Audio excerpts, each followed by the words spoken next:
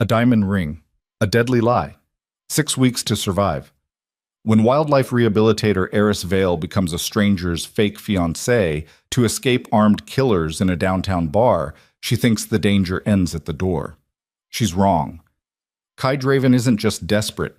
He's the heir to a criminal empire, and she's now the only thing keeping him alive.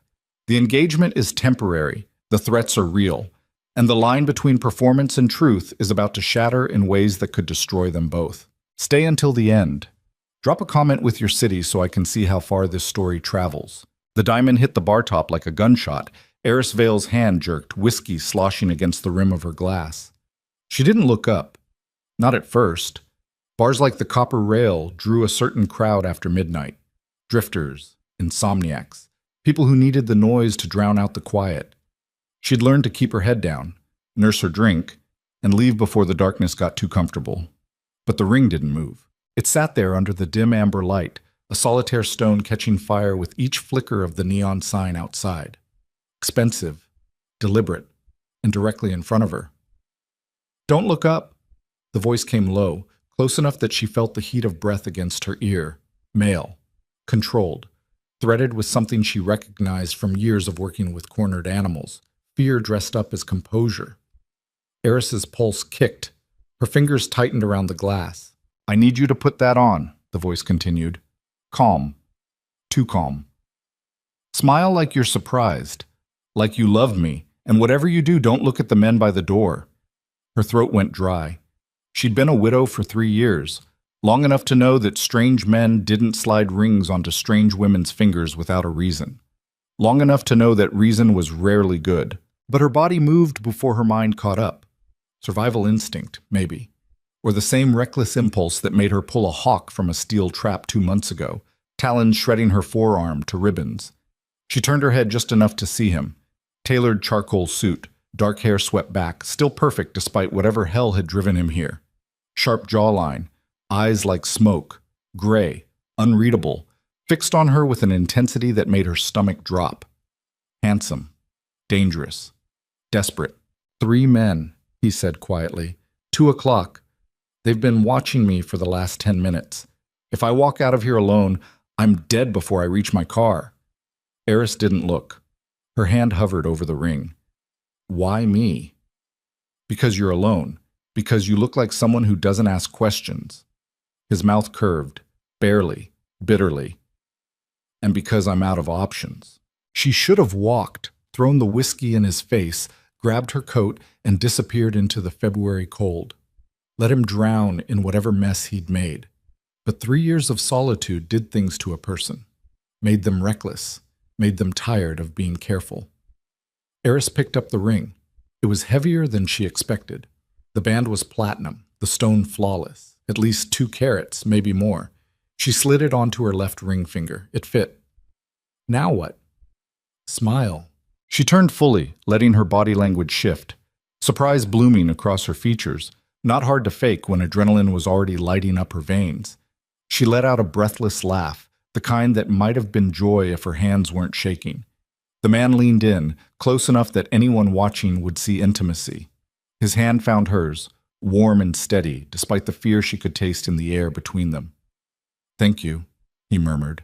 Up close, she saw the fractures, the faint scar bisecting his left eyebrow, the tension coiled in his shoulders, the exhaustion carved into the lines around his eyes. "Who are you?" she whispered. "Kai Draven." He said it like a confession, like a curse. The name meant nothing to her. She didn't move in circles where names carried weight. But the way he said it, like dropping a stone into deep water, told her everything she needed to know. This man was trouble, and she'd just tied herself to him. Kai's hand tightened on hers. "Laugh again, louder." She forced it out, a sound that scraped her throat raw. Across the bar, she caught movement in her peripheral vision. 3 men, just like he'd said. Leather jackets, hard faces, eyes that tracked Kai like wolves circling wounded prey.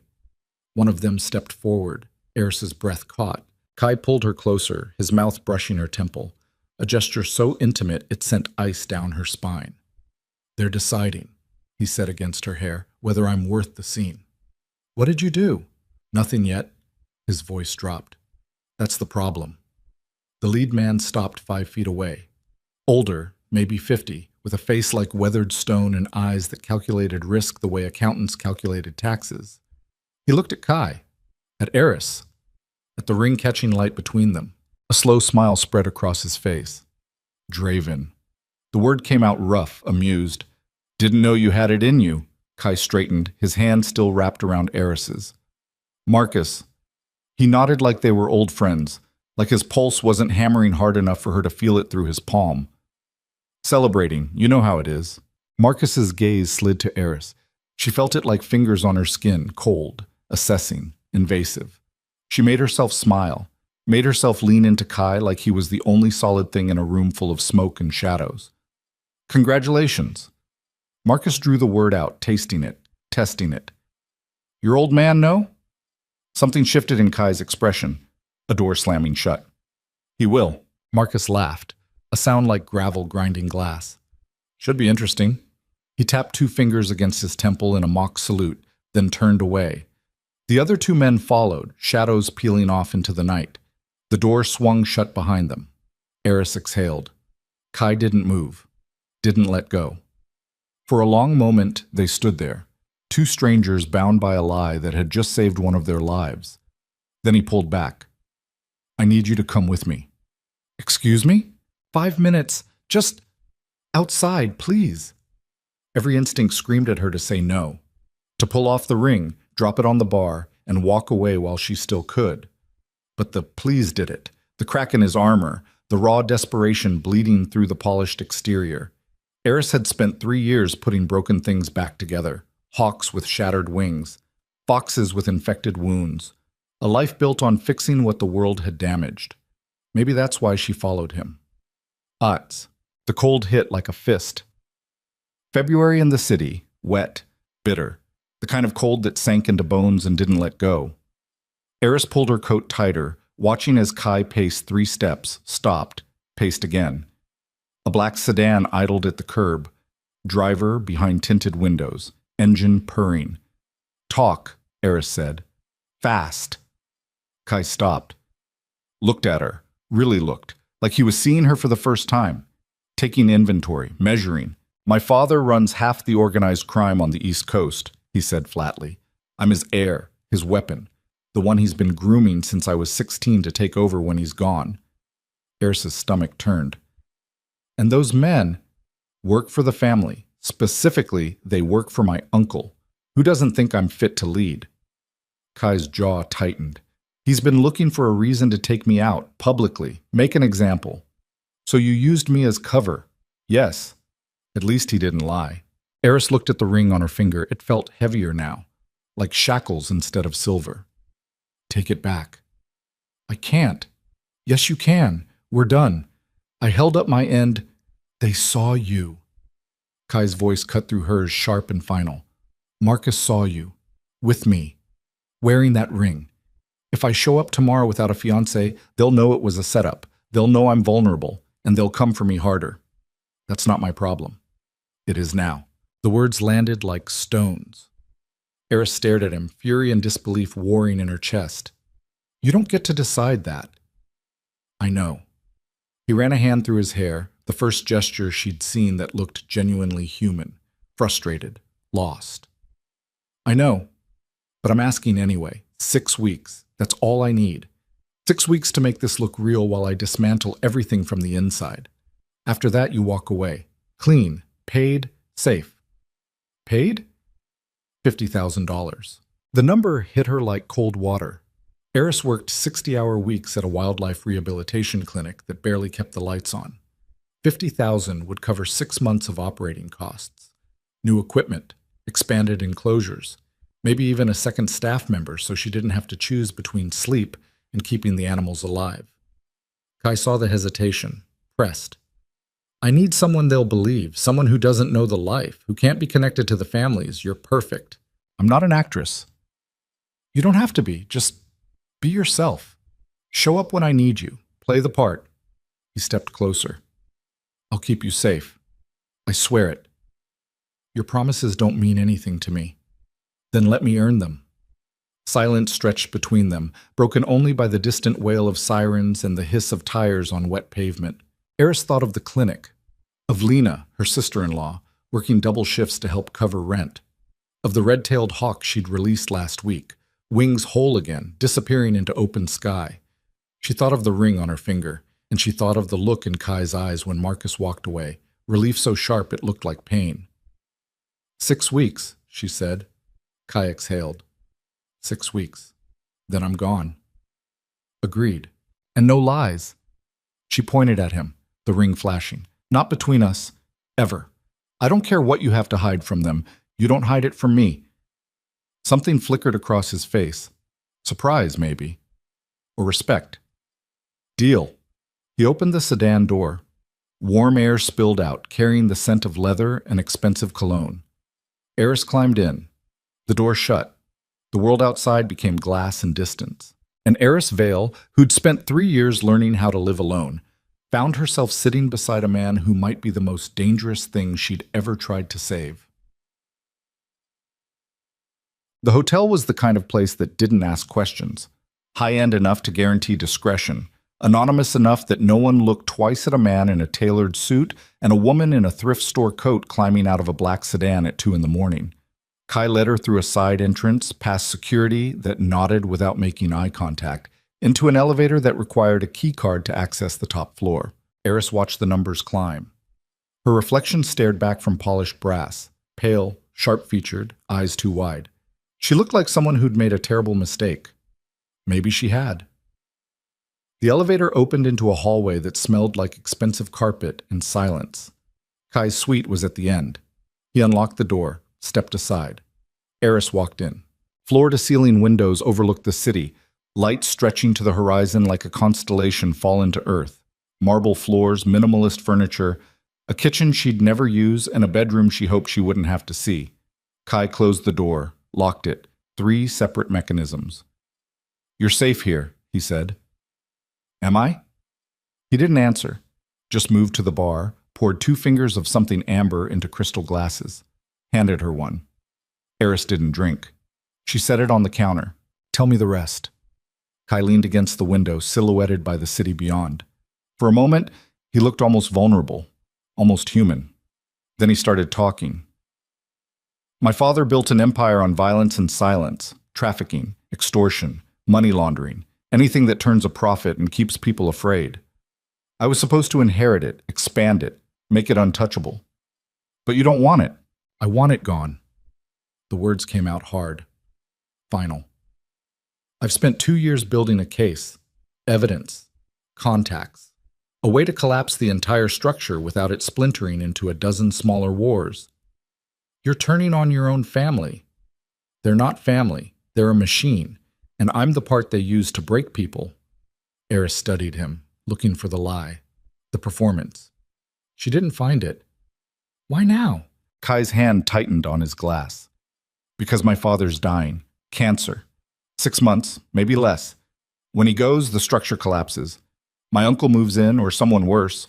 The violence multiplies. Unless I end it first. With me as your cover. Yes. And if something goes wrong, if they figure out I'm not, then you become a target." He met her eyes. No flinching, no softening. "That's the risk. I won't lie about it." At least he was honest. Eris looked at the ring on her finger again. The weight of it. The cost. "What happens in 6 weeks?" "The indictments drop. 41 arrests, simultaneous. Federal agents, coordinated strikes. The empire crumbles in a single night. And me? You disappear. New identity if you want it. Money, protection, whatever you need." It sounded too clean, too easy. Nothing in Eris's life had ever been easy. "I need to think." "You have until morning." Kai gestured toward a door. "Guest room. It locks from the inside. No one will bother you." She should have left, called a cab, put distance between herself and this mess while she still could. But exhaustion dragged at her bones, and some part of her, the part that pulled talons from traps and stitched torn wings, wanted to see if this broken man could actually be saved. Eris walked to the guest room, paused at the threshold. "Kai." He looked up. "If you lie to me, even once, I'm gone. No negotiation. No second chances. Understood.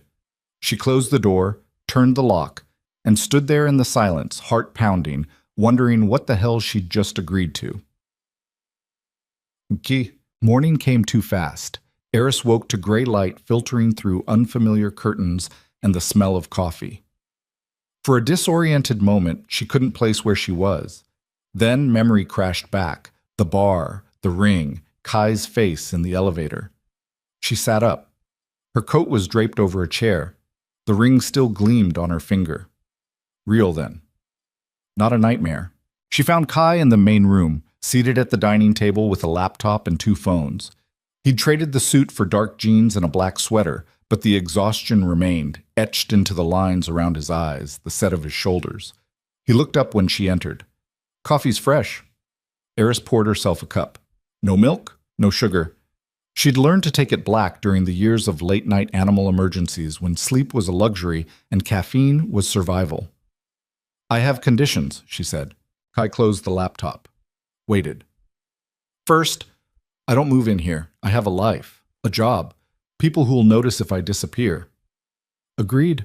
We'll stage public appearances, dinners, events, enough to sell the story. The rest of the time, you're free. Second, you don't touch me unless it's necessary. For the act. Nothing more. His jaw tightened. Understood. Third, I meet your father. That stopped him. Why? Because if I'm going to lie to a dying man, I need to look him in the eye first. Kai stared at her. Something unreadable moved across his features. Surprise, maybe. Or respect. He'll see through you. Then we're already dead. A beat. Then Kai nodded slowly. Friday night. Dinner at the estate. Formal. He'll expect you to be terrified. I will be. Good. Fear sells better than confidence in his world. Kai stood, moved to the window. Anything else? Eris thought of Lena, of the clinic, of the life she'd built from the wreckage of widowhood. Small, quiet, safe. She was about to burn it all down. Yeah, one more thing. Name it. At the end of 6 weeks, when this is over, you disappear from my life completely. No check-ins, no making sure I'm okay. We're strangers again. Kai turned. Their eyes met. Deal. Eris drained her coffee, set the cup down with a sharp click. Then let's get to work. The next 4 days were a masterclass in controlled deception.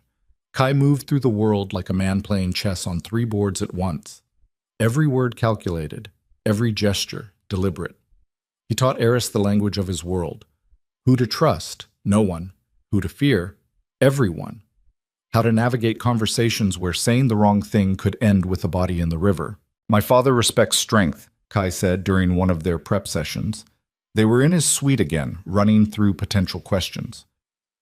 Not aggression, strength. Answer directly. Don't apologize, don't elaborate unless he asks. What if he asks how we met? The truth. Bar, chance encounter, immediate connection. He'll appreciate the simplicity. And if he asks why you chose me? Kai paused, looked at her with those smoke-gray eyes. Because you're real. Everything in my world is performance. You're not. It shouldn't have landed the way it did. Shouldn't have made something in her chest pull tight. But it did. Eris looked away first. What about your uncle, Marcus? He'll test you, push boundaries, try to find the crack. Kai's voice hardened. Don't give him one. If he corners you, find me, immediately. You think he's dangerous? I know he is. The certainty in his voice raised goosebumps on her arms. Thursday night, Kai took her shopping. Not the kind of shopping Eris was used to, thrift stores and clearance racks. This was boutiques with locked doors and appointments, where salespeople brought champagne and dresses that cost more than her monthly rent. Pick something you feel powerful in, Kai said, leaning against the dressing room wall while she tried on the 5th gown. Not pretty. Powerful. Eris stared at her reflection. The dress was deep emerald, cut to flatter without clinging, with a neckline that suggested confidence without desperation. She looked like someone who belonged in Kai's world. The thought terrified her. This one, she said. Kai's expression when she stepped out. Something shifted. Softened. just for a second before the mask slammed back into place. Perfect. He paid in cash. Didn't blink at the 5-figure price tag. On the drive back, Eris watched the city slide past, lights blurring into streaks. Kai. Yeah? Why me? Really? He was quiet for a long moment. The driver navigated traffic with mechanical precision, a ghost in the front seat. Because you looked at me like I was human, Kai finally said. Not a name, not a threat, just a person. He glanced at her. No one's done that in years. Eris didn't know what to say to that, so she said nothing. They drove the rest of the way in silence. Friday arrived like an execution date. Eris spent the morning at the clinic, throwing herself into work. A juvenile screech owl with a broken wing, a fox kit recovering from pneumonia, physical labor, tangible problems, things she could fix with her hands and her knowledge and her patience. Lena found her in the enclosure around noon, elbows deep in wood shavings. You've been weird all week, Lena said. No preamble. That was Lena, direct as a hammer, loyal as gravity. She'd been Eris's anchor since the funeral, since the world stopped making sense. Eris kept working. Just busy. Bullshit, you're rattled. Lena crossed her arms. Talk. Eris almost did. Almost told her everything. The bar, the ring, the deal she'd made with a man who wore danger like a second skin. But something stopped her. Instinct, maybe. Or the memory of Kai's voice. They'll know I'm vulnerable. If she told Lena, Lena became a vulnerability too. I'm fine, Eris lied. Just tired. Lena didn't buy it, but she didn't push. That was the thing about grief. It taught you when to let silence do the work. Okay, but I'm here. When you're ready. Eris nodded. After Lena left, she stood alone in the enclosure, watching the owl test its wing. Tentative. Careful. Learning to trust the strength that had been broken and healed. She understood the feeling. Chase. The estate sat 40 minutes outside the city, behind gates that looked decorative but weren't. Kai's driver, silent, efficient, navigated the long driveway like he'd done it 1,000 times. Probably had. Eris's hands were steady on her lap. The emerald dress felt like armor. The ring felt like a target. Remember, Kai said quietly, you're here because you want to be, not because you're afraid. He can smell fear. I'm not afraid of your father. Kai's mouth curved, almost a smile. You should be. The house was everything she expected and nothing she was prepared for. Old money architecture, stone and ivy, windows that glowed like eyes in the dusk. Beautiful, cold, built to intimidate. Kai helped her out of the car. His hand on her lower back was warm, steady, a reminder that she wasn't doing this alone. It shouldn't have been a comfort. It was. The front door opened before they reached it. A man in a dark suit, security obviously, nodded them through without a word. Inside, the house breathed wealth. Marble floors, paintings that belonged in museums, furniture that probably cost more than Eris's car. Everything perfect. Everything controlled. Everything suffocating. Kai. The voice came from the top of the staircase. Deep, authoritative. A voice that expected obedience and got it. Eris looked up. Vincent Draven descended like a king surveying his kingdom. Tall, broad-shouldered, despite the illness eating him from the inside. Silver hair, sharp features, eyes the same smoke gray as his son's, but colder. Calculating. A man who'd built an empire on other people's fear and never lost a night's sleep over it. He reached the bottom of the stairs, stopped 3 feet away. His gaze moved from Kai to Eris. Lingered. So, Vincent said. This is her. Kai's hand tightened on Eris's back. Dad, this is Eris Vale, my fiancée. The word hung in the air like a grenade with the pin pulled. Vincent smiled. It didn't reach his eyes. Welcome to the family, Miss Vale. And Eris, who'd faced down injured predators and grief and 3 years of brutal loneliness, felt something she hadn't felt in a long time. Pure, primal fear. But she smiled back.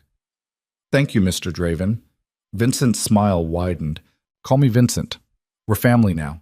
He gestured toward the dining room. Shall we? Kai and Eris followed, and with every step, Eris felt the trap closing tighter. Dinner was a performance. 8 courses, each more elaborate than the last. Wine older than Eris. Conversation that danced around landmines, business ventures that were obviously criminal, family history soaked in blood, questions designed to expose weakness. Vincent presided over it all like a maestro conducting an orchestra of knives. "So, Eris," he said over the 4th course, "Kai tells me you work with animals." "Wildlife rehabilitation," Eris said. "Steady, direct. Injured and orphaned animals. We treat them and release them back into the wild." How noble, Vincent's tone suggested it was anything but. "And this pays well?" "It doesn't." A flicker of surprise. "Then why do it?" Eris met his eyes. "Because someone has to." Silence. Then Vincent laughed, a genuine sound that seemed to surprise even him. "I like her," he said to Kai. "She's honest. Refreshing." Kai's expression didn't change, but Eris felt the tension in his shoulders ease fractionally. The rest of the meal passed in a blur. More questions, more tests, Vincent probing for cracks, Eris refusing to give him any. By dessert, she was exhausted. Then Vincent stood. "Kai, a word, privately." Kai's jaw tightened. "Dad, now." It wasn't a request. Kai glanced at Eris, a question in his eyes. She nodded. "I'm fine." He didn't look convinced, but he followed Vincent out of the room, leaving Eris alone. She counted to 10, then 20. At 30, the door opened again. But it wasn't Kai. Marcus walked in. The same man from the bar, leather jacket traded for a suit, but the predator underneath unchanged. He smiled. Eris Vale, all alone. Her pulse spiked. "Marcus," she kept her voice level. "Kai will be back soon." "Will he?" Marcus moved closer. Not threatening, not yet, just invading space, testing boundaries. "Vincent likes to talk. Could be a while. Then I'll wait. Or we could talk. Get to know each other." He pulled out a chair, sat too close. "You and we're practically family now." Eris's hand found the stem of her wine glass. Not a weapon, but close enough. "What do you want?" Marcus leaned back, studied her like she was a puzzle he was deciding whether to solve or break. "I want to know why Kai Draven, who's never looked twice at a woman in his life, suddenly shows up engaged to a wildlife rehabilitator from nowhere. Maybe he fell in love. Maybe." Marcus's smile sharpened. "Or maybe he's running, and you're the smokescreen." Eris's heart hammered, but she didn't look away. "If you have questions, ask Kai. I'm asking you, and I'm telling you, talk to Kai." They stared at each other, the air between them crackling with tension. Then Marcus stood. "You're tougher than you look," he said, almost respectful. Almost. "That's good. You'll need to be." He walked out. Eris's hand shook. She set down the wine glass before it could shatter. 30 seconds later, Kai appeared in the doorway. His face was pale, his jaw tight. "We're leaving." "What? Now?" He grabbed her hand, pulled her out of the dining room, through the hallway, toward the front door. Vincent's voice echoed behind them. "Kai, don't make me regret this." Kai didn't stop, didn't look back. They hit the cold air running. The driver had the car ready, engine purring. Eris tumbled into the back seat. Kai followed, slamming the door. "Drive." The car moved. Eris twisted in her seat, watching the estate recede into the distance. Her breath came fast, shallow. "What happened?" Kai stared straight ahead. His hands were fists. "My father knows." The words dropped like stones into deep water. "Knows what?" Kai finally looked at her. And in his eyes, she saw something that made her blood run cold. That I'm planning something. He doesn't know what, but he knows. His voice dropped. "And he just told me. If I betray the family, he'll kill everyone I care about. Starting with you." Eris's world tilted. "He said that?" "He implied it. Same thing." Kai's jaw worked. "I'm sorry. I thought we had more time. I thought, well, so we're done. We end this now." "We can't." "Yes, we can. I walk away, you tell him it didn't work out." "If you walk away now, he'll know it was fake. And then he'll have Marcus put a bullet in your head just to make a point. The casual brutality of it stole her breath. So what do we do? Kai turned to face her fully. In the dim light of the car, he looked like a man on the edge of something terrible. We go deeper. Make it so real he can't question it. Sell the lie so hard that when the end comes, he never sees it coming. That's insane. Yeah. Kai's mouth twisted. It is. Eris looked at the ring on her finger, at the man beside her, at the choice she'd made 4 days ago that had just become a death sentence. She should have been terrified. Maybe she was. But beneath the fear, something else stirred, something reckless and furious and alive in a way she hadn't felt since before the funeral. Okay, she said. Kai blinked. Okay, we make it real, whatever that takes. She met his eyes. But if we're doing this, if we're going all in, then you owe me the truth. All of it. No more secrets. Kai hesitated. And in that hesitation, Eris saw the shadow of something he was still hiding. Kai, what aren't you telling me? He looked away, out at the window, at the city lights blurring past. When he spoke, his voice was barely audible over the engine. My endgame. The arrest, the takedown, it's bigger than I told you. How much bigger? It's not just my father's organization. It's the entire network, both families, every connection, every deal, every dirty cop and politician in their pocket. He turned back to her. 41 arrests was a lie. It's closer to 200. And when it drops, there'll be a war. Yes. Eris's stomach dropped. And you were going to tell me this when? When you couldn't walk away. The honesty hit harder than the lie would have. You son of a... I know. Kai's voice was rough, raw. I know. But I'm telling you now, before it's too late, before you're in so deep you can't get out. He leaned closer. So I'm asking you again, knowing what this really is, knowing what happens when the dominoes fall. Are you in? Eris should have said no. Should have demanded he stop the car, let her out, let her disappear back into her small, quiet life. But she thought of Vincent's cold eyes, of Marcus's predatory smile, of a world built on violence and fear, grinding people into dust. And she thought of Kai, fractured, desperate, trying to burn it all down from the inside. I'm in, she said. Kai exhaled like he'd been holding his breath for years. Thank you.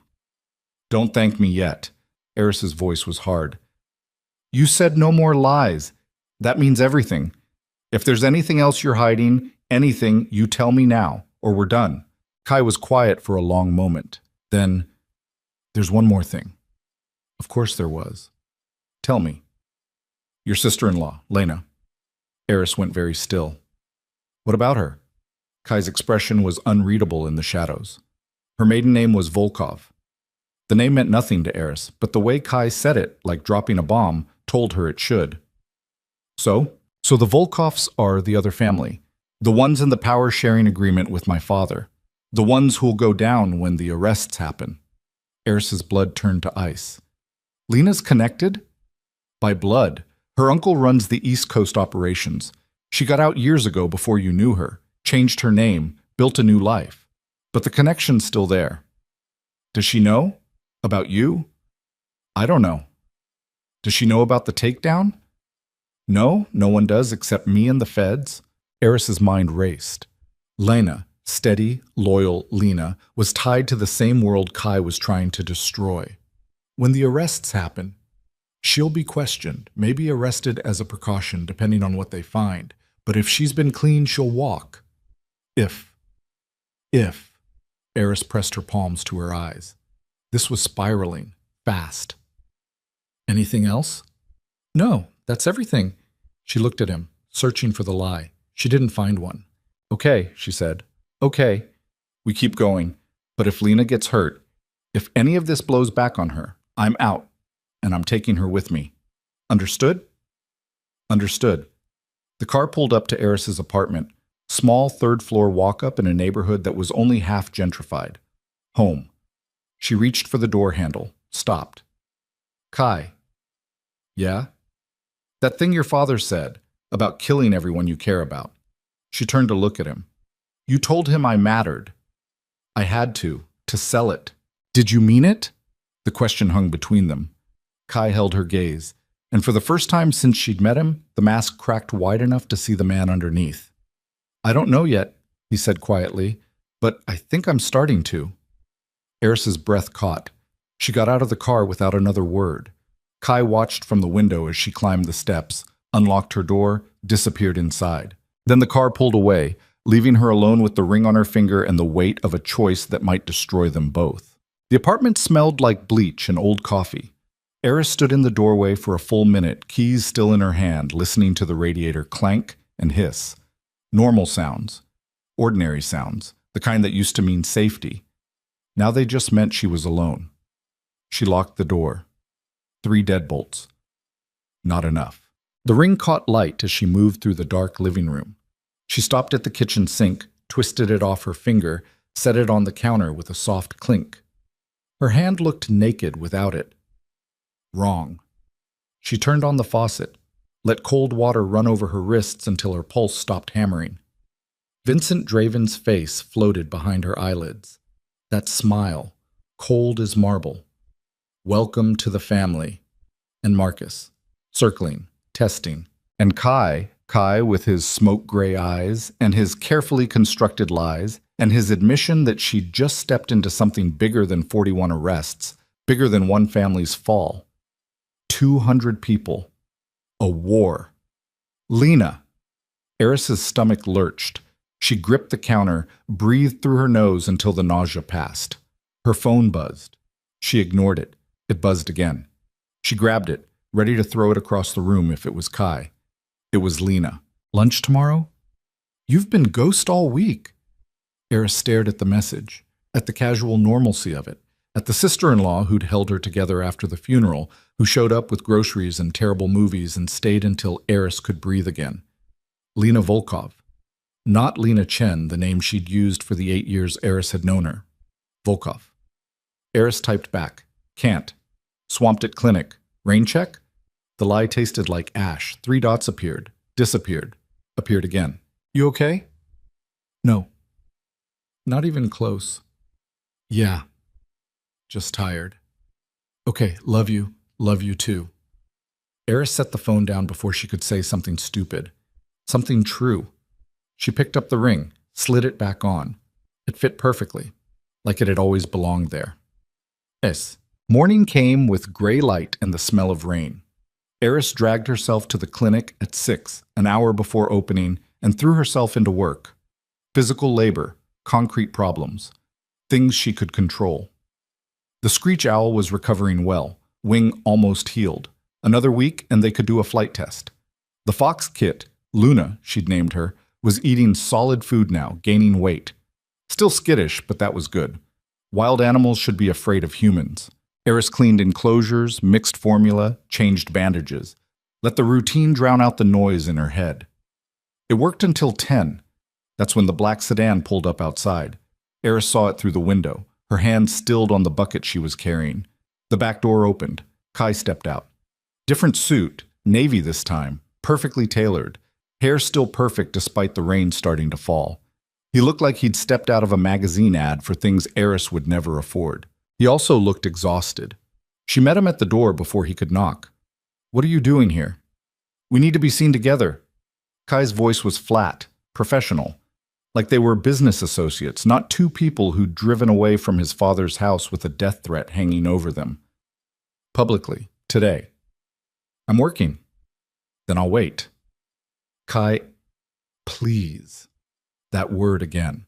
The one that cracked his armor. Eris stepped back, let him in. The clinic was small, 2 exam rooms, a recovery area in the back, barely enough space for the cages and equipment. It smelled like antiseptic and cedar shavings. Nothing like Kai's world of marble floors and crystal glasses. He looked around, taking it in. This is what you do, he said. Not a question. Yeah. It's... He stopped, searched for words. It's good. Honest work. Unlike yours, his jaw tightened. Unlike mine, Eris went back to this bucket, started scrubbing an empty cage. Kai watched for a moment, then shrugged off his jacket, draped it over a chair. What can I do? She blinked. What? You're working. I'm here. Put me to use. You'll ruin your shirt. I have others. Eris studied him, looking for the angle, the performance. She didn't find one. Fine, there's an apron on the hook. Start cutting vegetables. 1-inch pieces. They're for the rabbit. Kai rolled up his sleeves.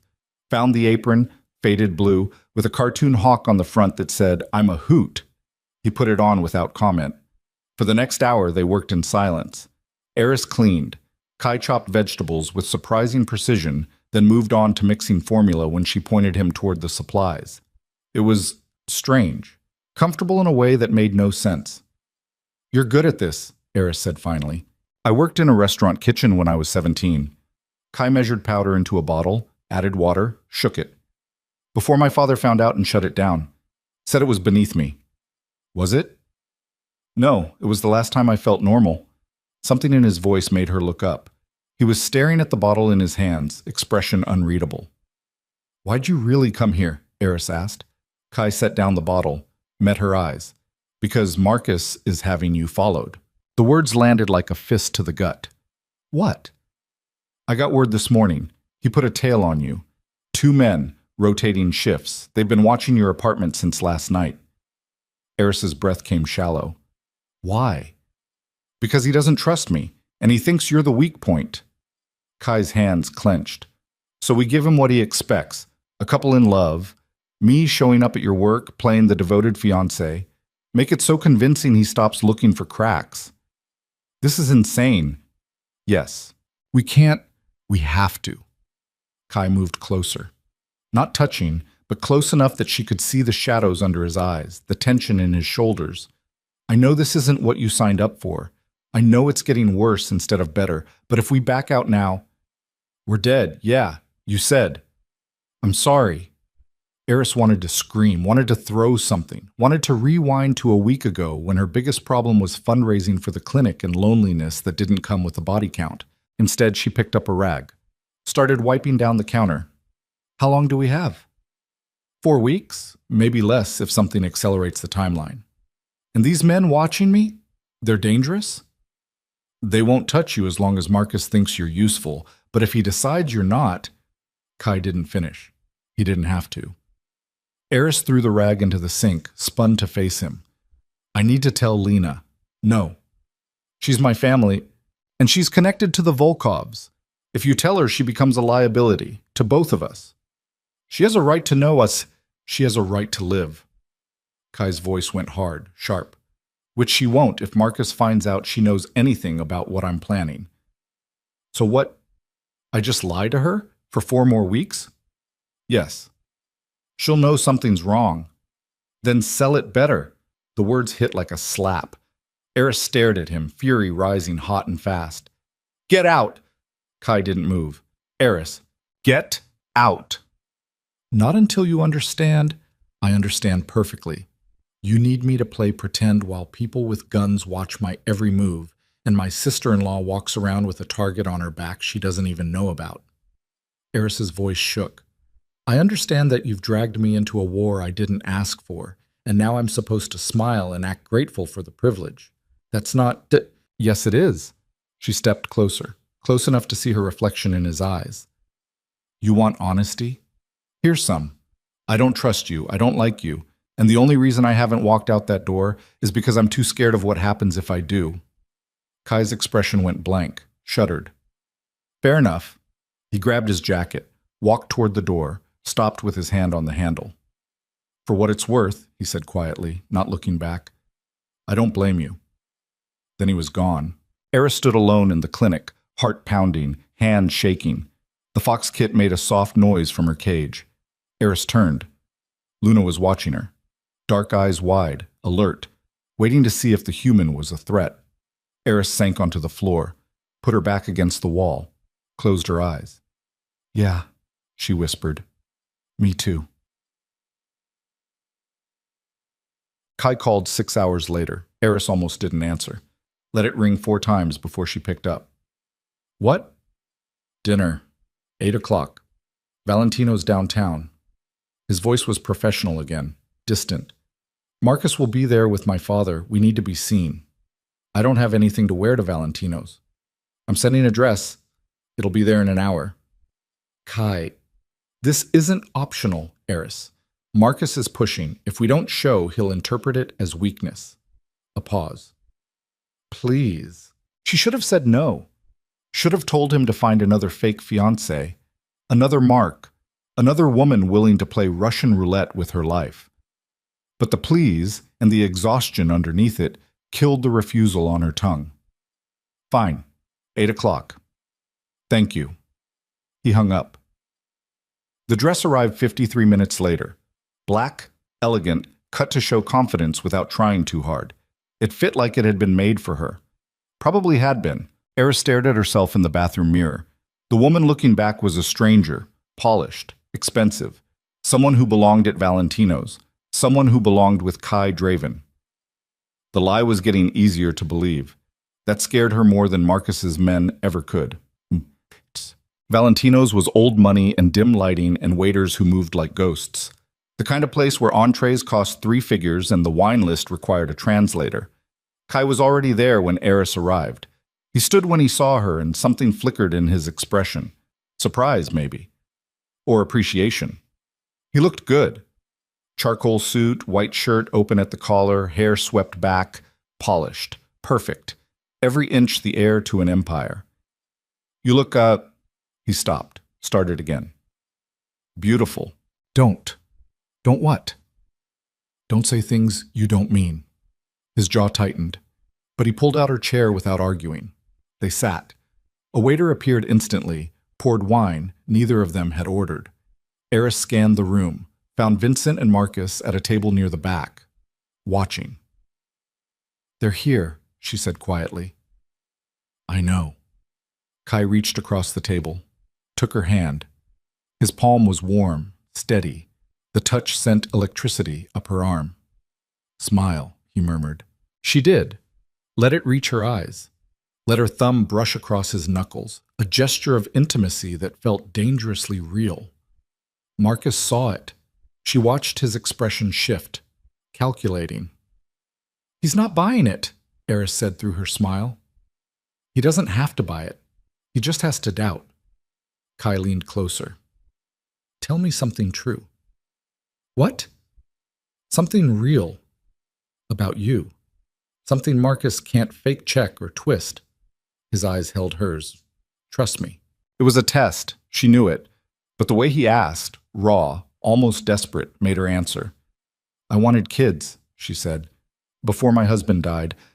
We were trying. I was 3 weeks pregnant when the accident happened. Kai went very still. I lost the baby 2 days after the funeral. Miscarriage. Stress, they said. Her voice stayed steady, barely. Lena's the only one who knows. I never told anyone else. I'm sorry. Don't be. It was 3 years ago. That doesn't make it hurt less. No, it didn't. Erisa looked down at their joined hands, at the ring-catching candlelight. Your turn, she said. Something true. Kai was quiet for a long moment. When he spoke, his voice was barely audible. I killed someone when I was 19. The confession hit like cold water. What? My father's orders. A rival who'd gotten too bold. He handed me a gun and told me to prove I was his son. Kai's eyes were distant, haunted. I pulled the trigger because I was more afraid of disappointing him than I was of taking a life. Eris's throat went dry. Do you regret it? Every day? She believed him, saw it in the set of his shoulders, the shadows in his eyes. Is that why you're doing this? The takedown? Part of it. Kai's thumb traced circles on her palm. Unconscious. Or calculated. She couldn't tell. I can't undo what I did, but I can make sure no one else has to make that choice. They sat in silence. The restaurant buzzed around them, laughter, clinking glasses, the soft murmur of conversation. They're still watching, Eris said. Yeah. What now? Kai pulled his hand back, signaled the waiter. Now we eat, and we pretend this is normal. It wasn't. Nothing about this was normal. But Eris picked up her menu anyway. Good. The meal was exquisite. Eris barely tasted it. Vincent approached their table during dessert. Marcus trailing behind like a shadow. Kai. Vincent's voice carried warmth that didn't reach his eyes. Eris. Enjoying yourselves. Always. Kai stood, shook his father's hand. The gesture looked natural, easy, a performance perfected over decades. Vincent turned to Eris. May I? He gestured to the empty chair beside her. Every instinct screamed to say no, but she smiled. Of course. Vincent sat. Marcus remained standing, looming. I wanted to apologize for last night, Vincent said. I came on strong. Old habits. It's fine, Eris said. I understand family can be complicated. Diplomatic, Vincent smiled. Kai chose well. The compliment felt like a trap. I'm lucky, Eris said. Let her hand find Kai's across the table. Felt his fingers tighten around hers. Vincent's eyes tracked the movement, calculating, always calculating. How did you two meet? Kai's been vague. Here it was, the test. A bar, Eris said, keeping it simple, close to the truth. The copper rail. I was there alone. He sat down next to me. We started talking. And he made me laugh. She looked at Kai. Let the memory of that night, the fear, the desperation, the diamond hitting the bar like a gunshot, fill her eyes with something that looked like fondness. First time in years anyone had done that. It wasn't a lie. Not entirely. Vincent studied her, then nodded. Love is rare in our world, he said. Treasure it while you can. The words sounded like a threat. Vincent stood. Marcus stepped back to let him pass. Enjoy your evening. They walked away. Eris didn't exhale until they were out the door. That was a warning, Kai finished. His face was pale. He's telling me he's watching, that he knows something's off. So what do we do? We escalate. Meaning? Kai looked at her, and in his eyes, she saw a man making a decision he knew would cost him. Meaning you move in with me. Eris's stomach dropped. No. Eris, absolutely not. That wasn't the deal. The deal changed the second Marcus put men on you. Kai's voice was tight, controlled. If we're engaged, we live together. That's what convinces them this is real. I have a life, which you'll lose if Marcus decides you're a liability. He leaned forward. I know what I'm asking, but this is the only way to keep you safe. Safe. The word tasted bitter. I haven't been safe since I met you. I know. Something raw crossed his face. I know, but I'm trying to use me, like everyone else in your life. The words landed hard. Kai flinched. That's not... He stopped. Started again. You're right. I am using you. But not like them. Never like them. Then what's the difference? The difference is I'm asking, not taking. And if you say no, if you walk right now, I'll let you go. I'll tell Marcus it fell apart. Take the hit. Whatever happens next, I'll handle it alone. Eris stared at him, searching for the lie. She didn't find one. You mean that? Yes. The restaurant hummed around them. Normal people having normal nights. No one watching them. No one waiting to see if they'd slip. Eris thought of her apartment, small, safe, hers. She thought of Lena, the clinic, the life she'd built from ashes and grief. She thought of Vincent's smile, Marcus's eyes, the men watching her building, and she thought of Kai, fractured, desperate, trying to burn down an empire with nothing but lies and hope. 1 month, she said. Kai's eyes widened. What? 1 month. I'll move in, play the part. But when this is over, when the arrests happen, I'm gone. No looking back. No second chances. Agreed. And Lena stays out of it. Whatever happens, she doesn't get hurt. I'll do everything I can. No, promise me. On whatever's left of your soul. Lena walks away clean. Kai held her gaze. I promise. Eris picked up her wine glass, drained it. When do we start? Tomorrow. Great. She stood. I need to go home. Pack. Try to figure out how to explain this to the people who actually care about me. Kai stood with her. I'll drive you. I'll take a cab. Eris. I need space, Kai. Just an hour to process. He nodded slowly. Okay, but text me when you're home. Why? Because I need to know you're safe. The sincerity in his voice made her chest tighten. She left without another word. The cab ride home was 15 minutes of silence and rain against the windows. Eris stared at the city sliding past, neon signs blurring into streaks of color. Her phone buzzed.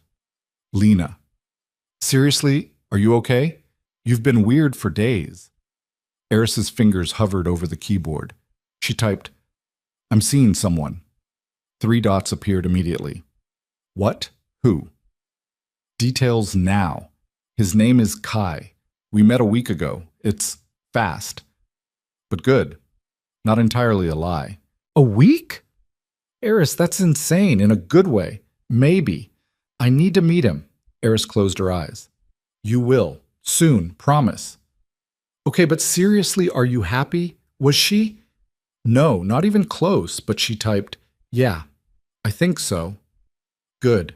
You deserve it. Eris's throat tightened. Love you more. Don't be a stranger. Eris set the phone down. The cab pulled up to her building. She paid, climbed out into the rain, stopped on the sidewalk. 2 men, one leaning against a lamppost half a block down, another sitting in a parked car across the street, watching. Eris's pulse kicked, but she didn't run, didn't react. She walked up the steps, unlocked the door, went inside, locked it behind her, leaned against it, breathed. Then she pulled out her phone, texted Kai. I'm home. Your shadows are obvious. His response came instantly. I know. They're supposed to be. Reminder that you're not alone. I've never felt more alone in my life. She sent it before she could stop herself.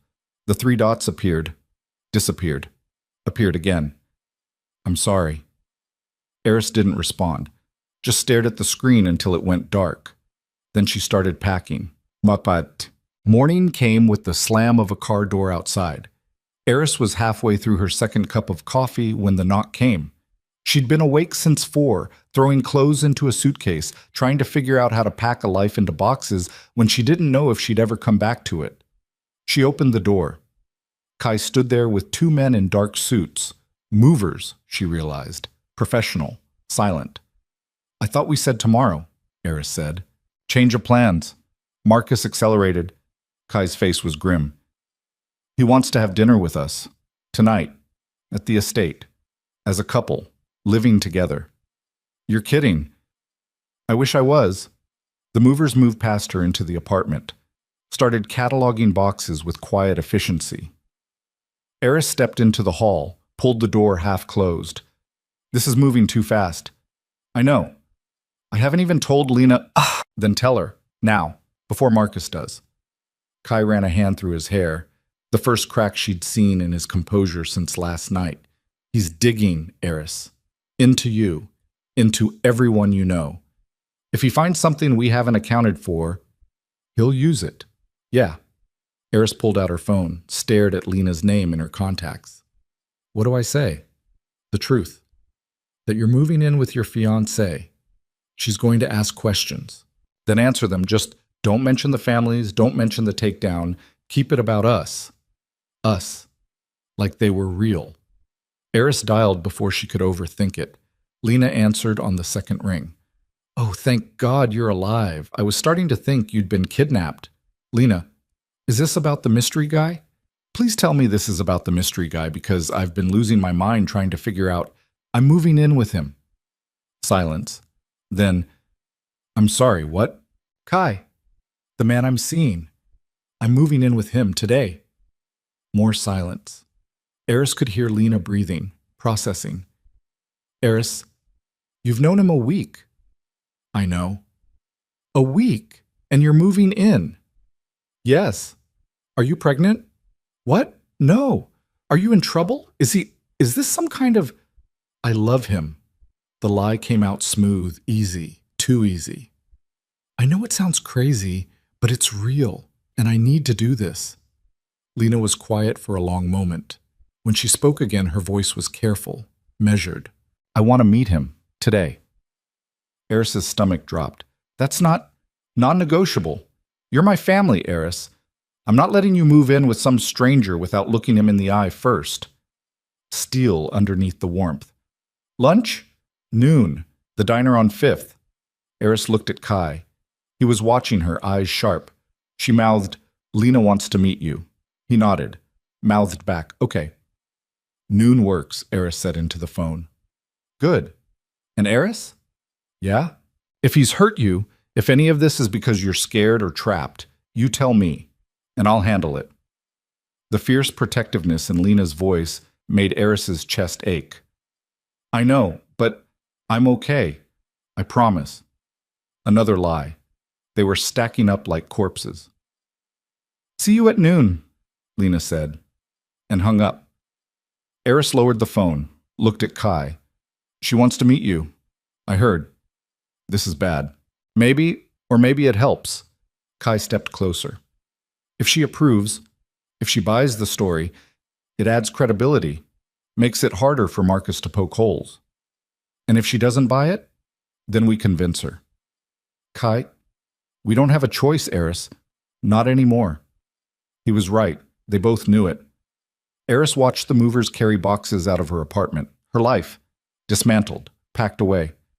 Okay, she said, noon, but if this goes sideways, it won't.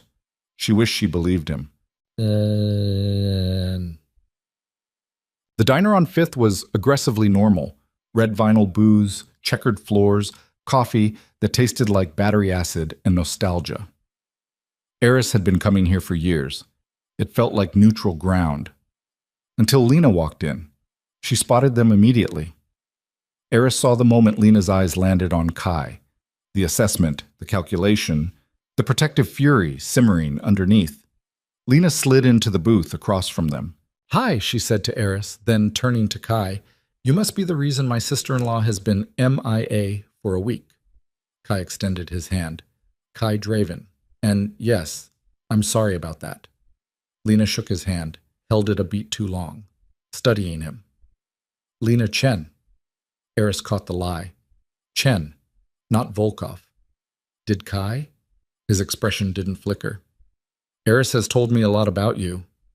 Funny, she's told me almost nothing about you. Lena leaned back, arms crossed. So let's fix that. What do you do, Kai? I work in acquisitions.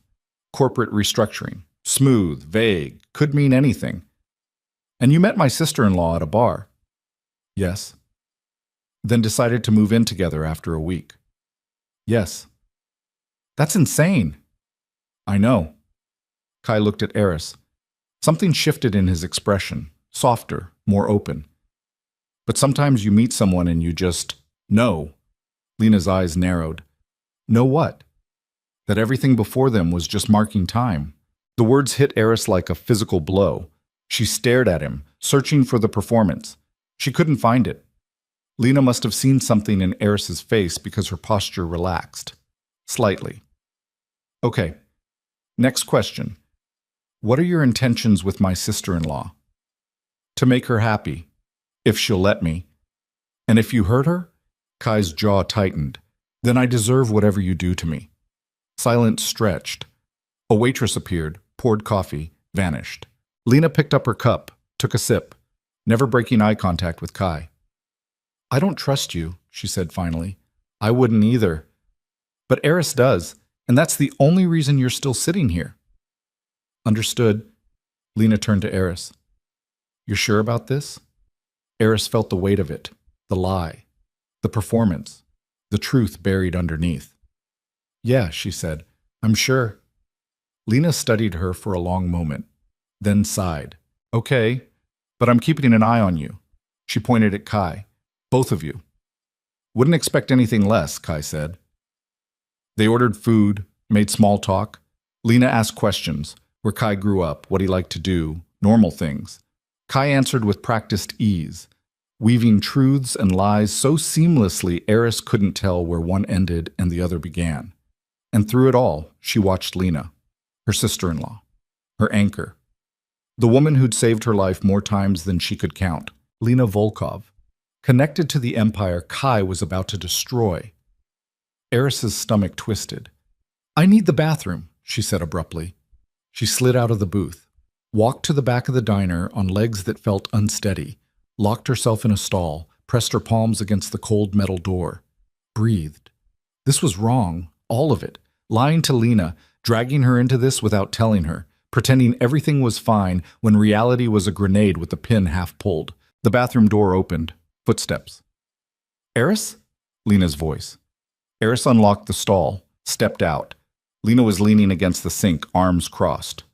Worried. "Talk to me." "I'm fine." "Bullshit. You look like you're about to throw up." "I'm just overwhelmed. Big changes, you know?" Lena moved closer, took Eris's hands in hers. "Is he good to you?" "Yes." "Do you love him?" The question landed like a punch. Eris opened her mouth, closed it. "I don't know," she said honestly. "Maybe. It's complicated." "Love usually is." Lena squeezed her hands. "But if you need out, if any of this is too much, you call me, day or night, and I'll get you out. No questions asked." Tears burned behind Eris's eyes. "I know. Promise me." "I promise." Lena pulled her into a hug, held tight. And Eris closed her eyes, memorizing the feeling, because she had a sinking suspicion that in 4 weeks, when the world exploded and the arrests came down and Lena's name got dragged into the wreckage, this moment would be the last time her sister-in-law looked at her without hate. They went back to the table. Kai was paying the check. "Ready?" he asked. Eris nodded. Lena walked them out, hugged Eris again on the sidewalk. "Be happy," she said. "You deserve it." Another lie Eris would carry. They drove away. Lena disappeared in the rearview mirror, and Eris wondered if she'd just said goodbye. Kai's penthouse was glass and steel and money. Floor-to-ceiling windows overlooking the city, marble countertops, furniture that cost more than Eris's annual salary. It felt like a museum, beautiful, empty, cold. "Guest room's down the hall," Kai said. "Ensuite bathroom. Your things should be there already." Eris nodded, walked to the room he'd indicated. It was bigger than her old apartment, king bed, walk-in closet, windows that framed the skyline like art. Her boxes were stacked neatly in the corner. She stood there staring at them, at her life, reduced to cardboard and tape. Kai appeared in the doorway. "We need to go over tonight." "I know." "Dinner at 7. My father, Marcus, maybe 2 others from the inner circle. You'll sit next to me, answer questions, be charming." "Charming, right, while I lie to a dying man and his enforcer watches for mistakes." "Eris, what happens when they figure it out, Kai?" She turned to face him. "When all of this falls apart and they realize I've been lying the whole time, what happens to me?" He didn't answer immediately, just stood there, backlit by the hallway, shadows carving his face into harsh angles. "You'll be in protective custody before the arrests happen. Federal agents, safe house, new identity if you want it. And Lena? If she's clean, she'll be fine." If, Eris laughed, a hollow, bitter sound. "This is insane, you know that, right? All of it. This whole plan it's all I have." Kai stepped into the room. "It's all I've ever had. This one chance to make it right, to stop the cycle before it crushes another generation." His voice dropped, raw. "So yeah, it's insane, but it's the only way out. And if it doesn't work, then I die. Marcus kills me. Or my father does.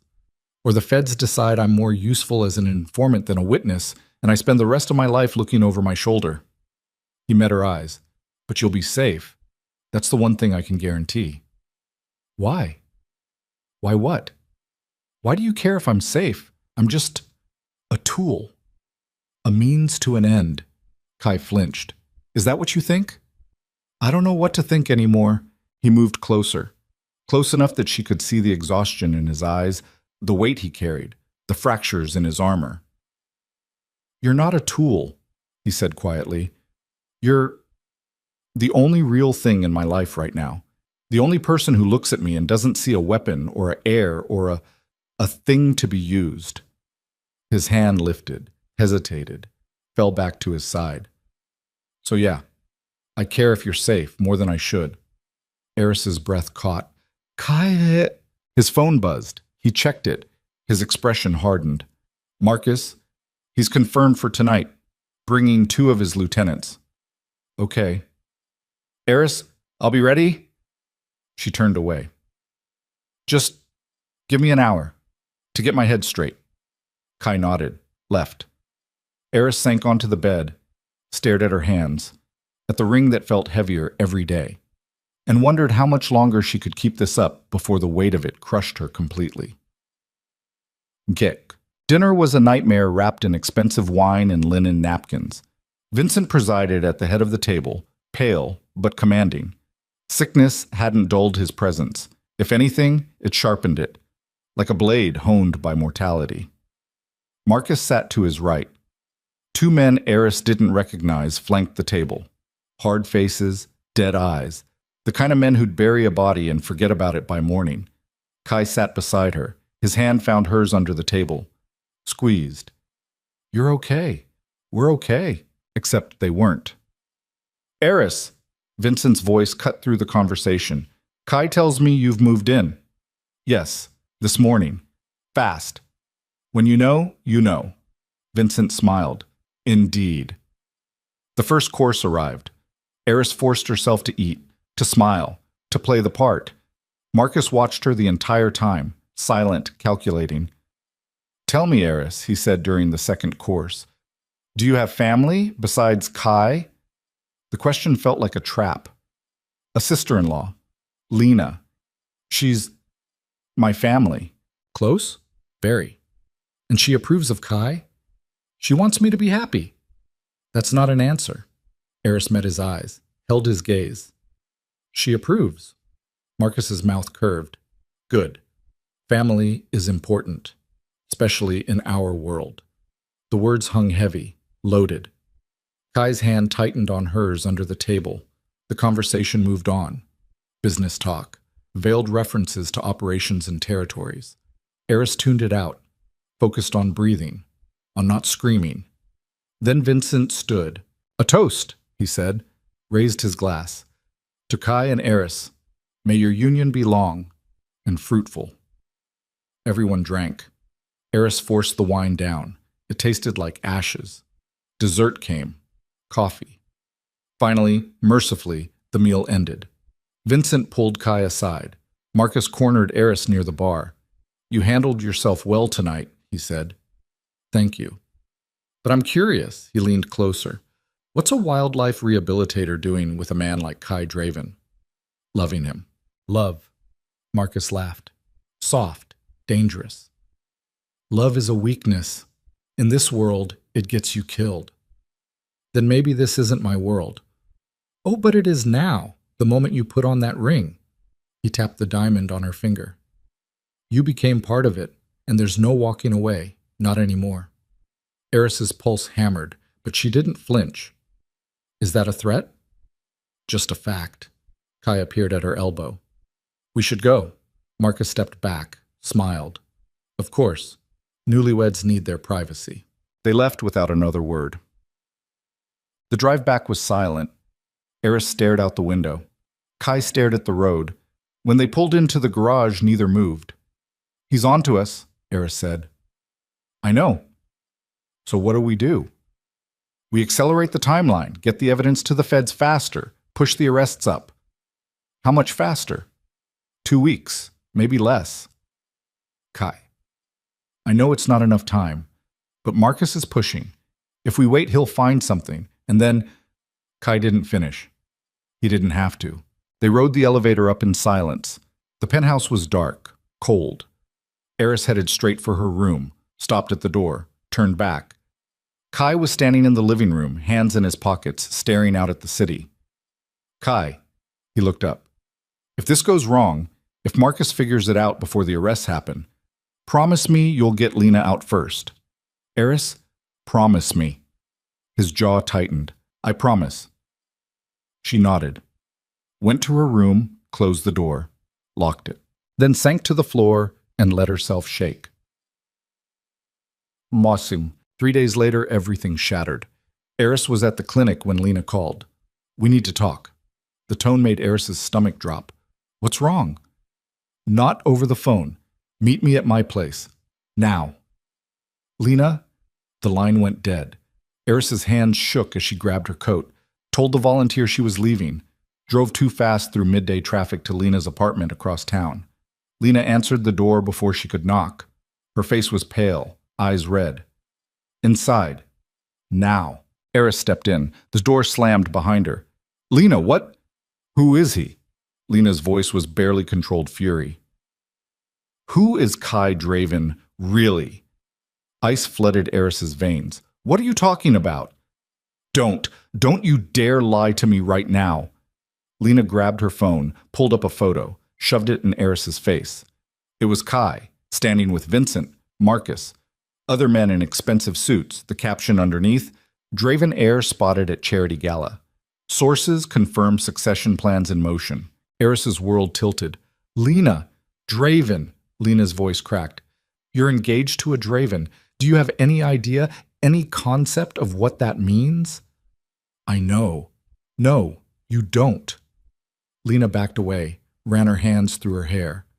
My family, my blood family, they're connected to the Dravens, through business, through... She stopped, swallowed hard. I left that world. I changed my name. I built a new life because I couldn't live with what they did. Eris's heart hammered. Lena, and now you're marrying into it. Lena's eyes filled with tears. How could you not tell me? I didn't know you were connected. Bullshit. You knew something. You've been lying for weeks. I was trying to protect you. Protect me? Lena laughed, bitter, broken. From what? The truth? Or from the fact that you've dragged me back into the one thing I've spent a decade running from? The words landed like shrapnel. Eris stepped forward. Lena, please, let me explain. Explain what? That you fell in love with a man whose family built their fortune on blood? That you're so desperate to feel something you didn't care who you hurt? That's not... Then what is it? Lena's voice rose. Because from where I'm standing, you've either been lying to me or lying to yourself, and I don't know which is worse. Eris's throat closed. Words died before they could form. Lena turned away, shoulders shaking. I need you to leave. Lena. Now. Before I say something we can't take back.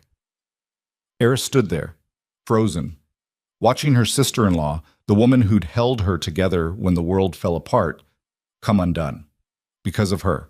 Because of Kai. Because of a lie that was eating them all alive. She left. Drove back to the penthouse with tears blurring her vision.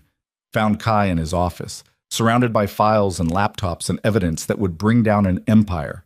He looked up when she walked in, saw her face, stood. What happened? Eris couldn't speak, couldn't breathe. She just handed him her phone, the photo Lena had shown her. Kai stared at it. His expression went cold. Where did she get this? I don't know, but she knows, Kai. She knows who you are, what your family does. Eris's voice broke. And she thinks I betrayed her. Did you tell her about the takedown? No, but it doesn't matter. Eris sank into a chair. She's done with me. Kai set down the phone, paced. This is bad. I know. If Marcus finds out Lena knows, he'll kill her or use her against us. The reality of it settled like lead in Eris's stomach. We have to tell her, Eris said. Everything, the plan, the arrests, give her a chance to protect herself. If we tell her, she becomes a witness, a target. Every move she makes, Marcus will track. She's already a target.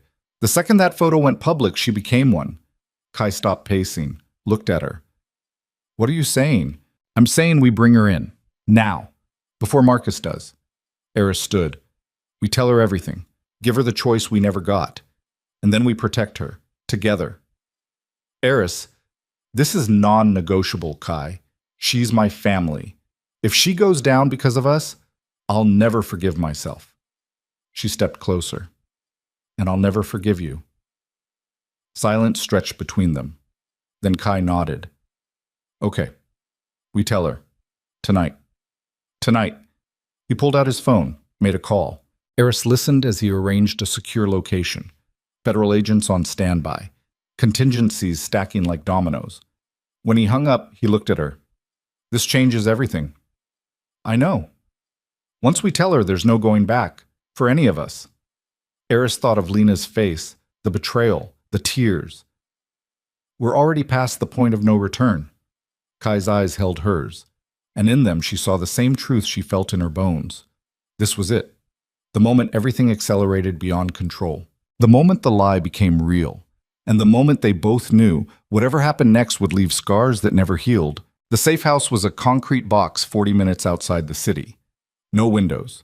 Steel door with 3 locks, a table, 4 chairs, fluorescent lights that buzzed like dying insects.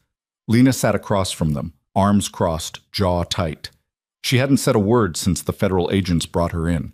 Just stared at Kai like she was deciding which piece of him to break first. Agent Sarah Chen stood in the corner, mid-40s, sharp eyes, the kind of woman who'd seen too much to be shocked by anything. She'd been Kai's contact for 2 years. The one building the case, the one who'd promised him protection in exchange for evidence. Now she watched the 3 of them like a scientist observing rats in a maze. "Talk," Lena said finally. Her voice was ice. "And it better be good." Kai leaned forward, hands flat on the table. No pretense now, no performance. "My father runs the Draven organization, trafficking, money laundering, murder for hire. You know this already. I know your family destroys lives for profit. Yeah. I've spent 2 years building a federal case to collapse the entire structure. Every deal, every connection. 200 arrests across 4 states, simultaneous strikes designed to prevent retaliation." Lena's eyes narrowed. 200. Yes, including the Volkovs. Yes. The word landed like a gunshot. Lena's face went white, then red, then something beyond rage. "You're going after my family. Your former family," Kai said carefully. "The ones you left, the ones you've been running from." "That doesn't give you the right. They're criminals, Lena. They traffic weapons, drugs, people." His voice hardened. "How many lives have they destroyed? How many bodies are buried because of them?" "And you're different?" Lena's laugh was sharp, cutting. "Your hands are clean? Your family's better?" "No, that's the point." Kai's jaw tightened. "None of us are better. That's why it all has to come down." Lena turned to Eris. The betrayal in her eyes made Eris want to disappear. "And you knew about this." "Not at first," Eris said. Her voice sounded hollow, distant. "He told me, some of it. Not everything. Not about your connection until what? Until it was too late to warn me? I wanted to protect you. By lying?"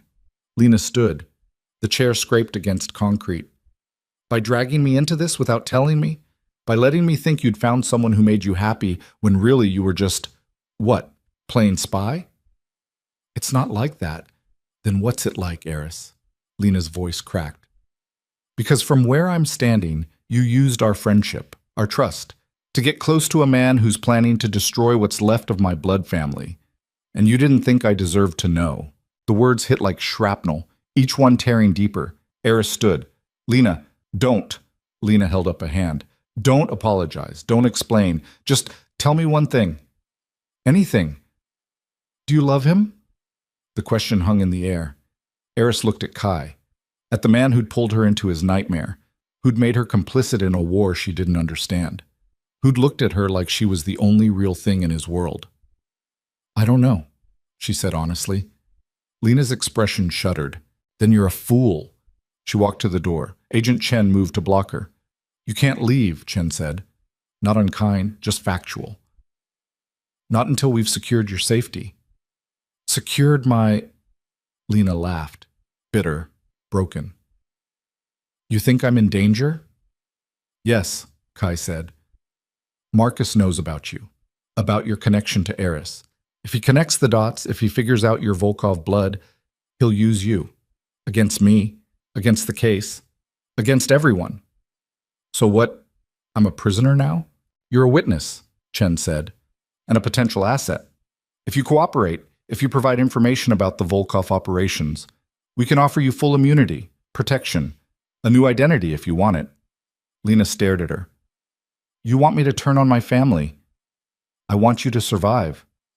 "Same thing, isn't it?" Lena's hands clenched. Betray them or die. That's the choice. That's always been the choice, Kai said quietly. In this world, you know that better than anyone. Lena turned to him, and the look in her eyes, cold, calculating, dangerous, made Eris's stomach drop. How long? Lena asked. What? How long have you known? About me? About my connection? Kai hesitated. That hesitation told Lena everything. From the beginning, she said. Not a question, a conclusion. You knew when you met Eris. When you put that ring on her finger, you knew her sister-in-law was Volkov blood, and you used it. No, Yes. Lena stepped closer. You used her to get to me, to flip me, to add another name to your list of arrests. That's not... Then why didn't you tell her? Lena's voice rose. If I'm just collateral damage, if you really didn't care about my connection, why hide it? Kai's mouth opened, closed. He had no answer, because Lena was right. Eris felt the floor drop out from under her. Kai. Her voice was barely a whisper. Tell me she's wrong. He looked at her, and in his eyes, she saw the truth. The ugly, terrible truth he'd been hiding since the beginning. I didn't know, he said. Not at first. Not when I approached you at the bar. That was random, desperate, real. But you found out, Eris said.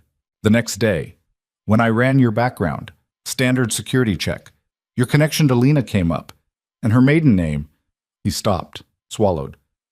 I should have told you then. I know, but I thought, if you knew, you'd walk away. And I needed me, Eris finished, numb. You needed me to keep playing the part, to give you access to Lena when the time came. It wasn't like that. Then what was it like? She stepped toward him, fury replacing shock. Because it sounds like you've been lying since day one, using me, using her, using everyone to build your case and fuck the collateral damage. I was trying to protect you. By lying, by hiding the fact that my sister-in-law was part of your endgame? Her voice shook. When were you going to tell me, Kai? When the arrests happened. When federal agents dragged Lena out of her apartment in handcuffs. She's not being arrested, but she could have been. If she hadn't cut ties. If she'd stayed involved. Eris's hands clenched. You were willing to risk that. To sacrifice her. To sacrifice me. All for your precious takedown. That's not fair. Fair? The word came out sharp, vicious. You want to talk about fair? You pulled me into a war, put targets on our backs, made me lie to the one person who's been there for me through everything. And you did it knowing that it could destroy her. I did it to save lives, Kai shot back. Hundreds of them. Thousands. People who'll never be trafficked or extorted or killed because I ended this. And what about us? Eris's voice broke. What about the lives you're destroying to make that happen? Silence fell like a hammer. Agent Chen cleared her throat. We need to move forward. Lena, we need your decision. Are you in or out? Lena looked at Eris, then at Kai. If I cooperate, if I give you information, what happens to my uncle? Prison, Chen said. Life sentence, multiple counts. He'll never see daylight again. And my cousins, the ones who had nothing to do with operations? If they're clean, they walk. If not, they face charges. Lena was quiet for a long moment. When she spoke, her voice was hollow. My uncle took me in when my parents died, raised me, kept me safe when the world was trying to break me. She looked at Chen. He's also a monster who's destroyed more lives than I can count. I left because I couldn't live with what he'd become. So help us stop him, Chen said. Lena's jaw tightened. Fine. I'll cooperate. I'll give you everything I know, but... She turned to Eris. We're done. You and me. After this. The words cut deeper than any blade. Lena, no. You made your choice. You chose him. His war. His lies. Lena's eyes filled with tears. I would have done anything for you, Eris, anything. And you threw it away for a man you don't even love. She walked out. Agent Chen followed, leaving Eris and Kai alone in the concrete box with the dying fluorescent lights. Eris stood there, shaking, fury and grief warring in her chest. Say something, Kai said finally, She looked at him. Really looked. At the man who'd pulled her into his nightmare with a diamond ring and a desperate lie.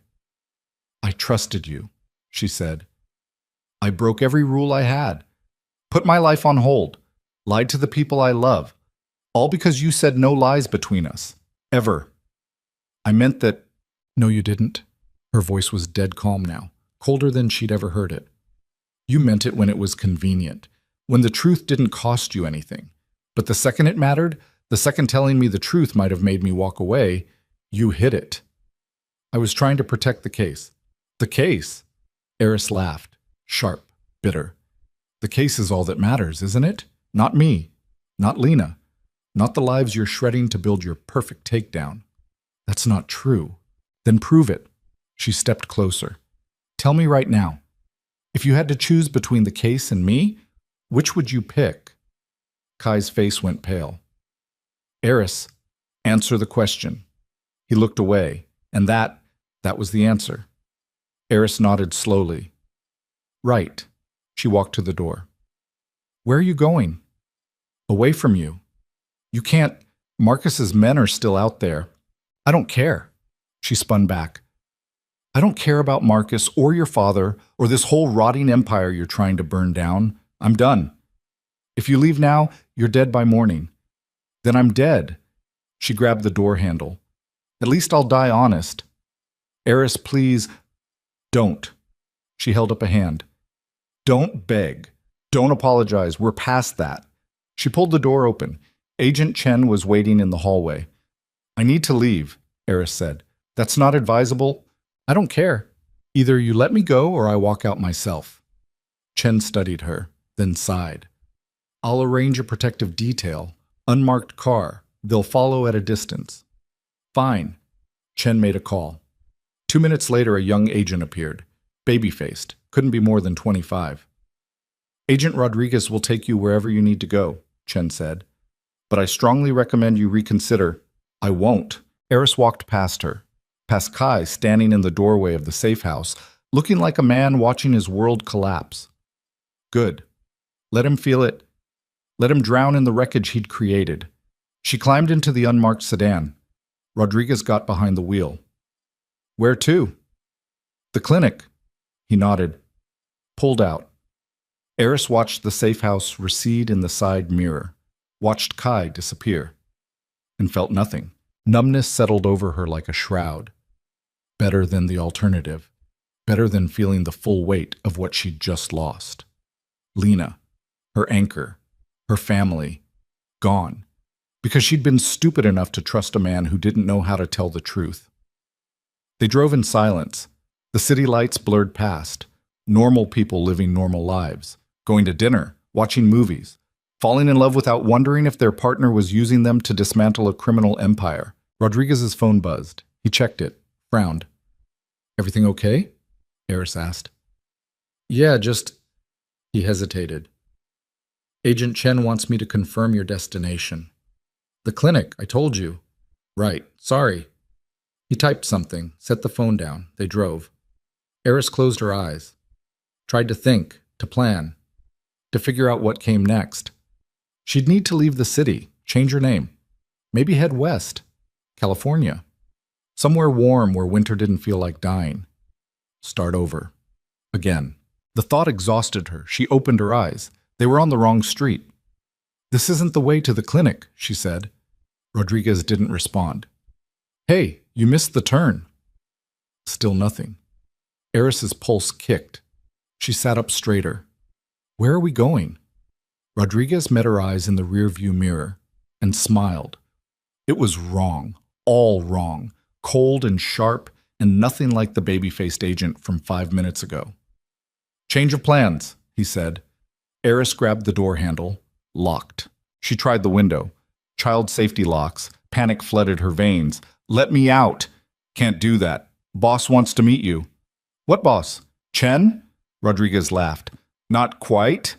He turned down an alley, pulled up behind a black SUV. 3 men got out. Eris recognized one of them, Marcus. Her blood turned to ice. No, no, no! She yanked at the door, pounded the window. Help! Someone! The door opened from outside. Hands grabbed her, pulled her out. She fought, kicked, screamed. A hand clamped over her mouth, an arm around her waist. She was dragged toward the SUV. Marcus watched, amused. "Hello, Eris," he said. "We need to talk." She bit the hand over her mouth, tasted blood. The man holding her swore, slapped her. Stars exploded behind her eyes. When her vision cleared, she was in the SUV, hands zip-tied behind her back. Marcus sitting across from her. He held up a phone. Kai's contact photo filled the screen. "You're going to call him," Marcus said. "And you're going to tell him to come alone. No feds, no backup. Just him." "Fuck you," Marcus sighed. "I was hoping you'd cooperate." He nodded to the man beside her. Pain exploded in her ribs. She doubled over, gasping. "That was a love tap," Marcus said. "Next one breaks bones. So let's try again." He held out the phone. "Call him." Eris spat blood. "No. You're loyal. I respect that." Marcus set down the phone, leaned back. "But loyalty's expensive. Let me show you the cost." He pulled out another phone. Pulled up a photo. Lena. Walking out of the safe house.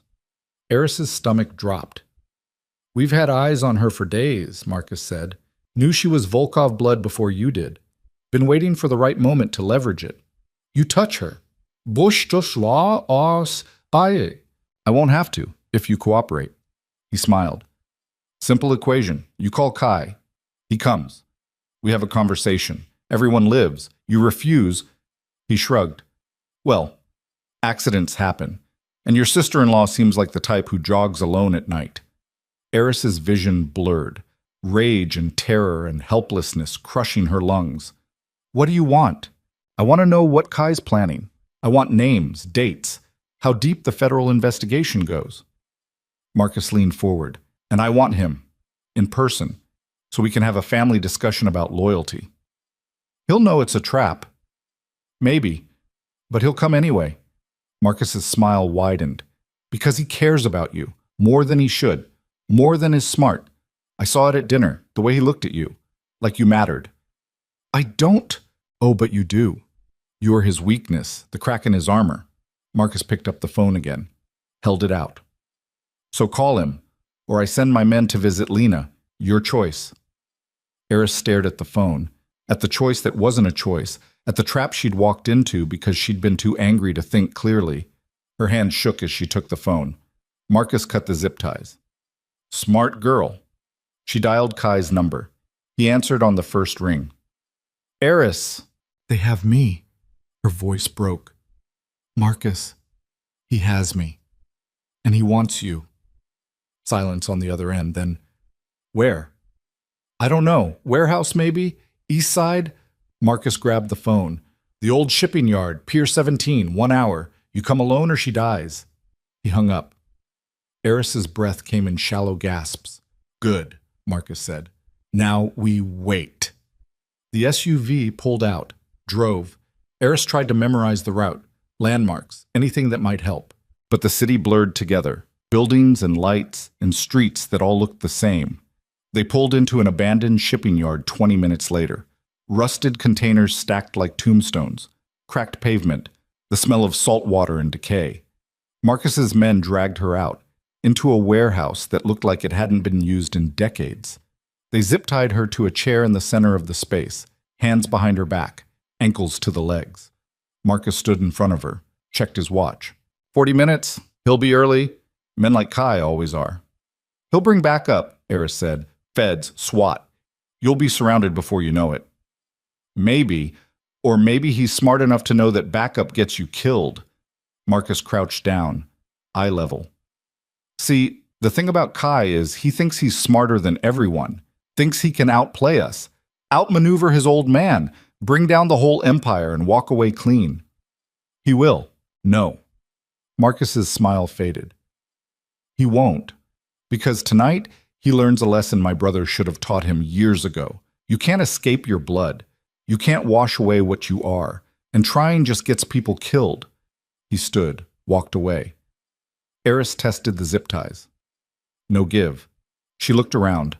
6 men, all armed, all watching, no way out. She closed her eyes, tried to think. Kai would come. She knew he would. Despite everything, despite the lies and the betrayal and the rage between them, he'd come because Marcus was right. She mattered to him. And that was going to get him killed. The warehouse door opened. Eris's head snapped up. Kai walked in. Alone, hands visible, no weapon. Marcus smiled. There he is, the prodigal son. Kai's eyes found Eris, scanned her for injuries. His jaw tightened when he saw the blood on her lip. Let her go, he said. This is between us. Oh, but she's part of it now, part of you. Marcus circled. Tell me, nephew, does she know what you really are, what you've done, the bodies you've buried for this family? She knows enough. Does she know about Detroit?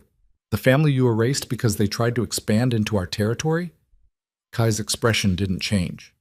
That was war. It was murder. 16 people, including a 10-year-old boy who saw too much.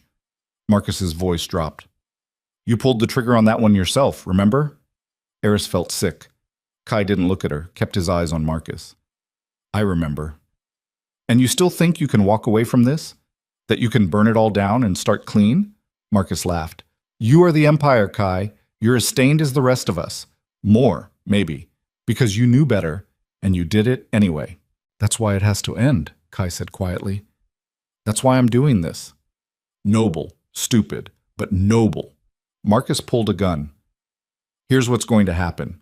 You're going to tell me everything.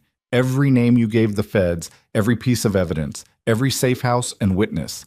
And if I believe you're telling the truth, if I think you've given me everything, I'll let her go. And if you don't believe me, Marcus pointed the gun at Eris, then I put a bullet in her head and we start on the next person you care about. Maybe that wildlife clinic you like so much. Or Lena. I hear she's cooperating with the feds now. Be a shame if something happened. Kai's hands clenched. You touch them. You're not in a position to make threats. Marcus cocked the gun. So talk. Now. Kai looked at Eris, and in his eyes she saw something break. I'm sorry, he said.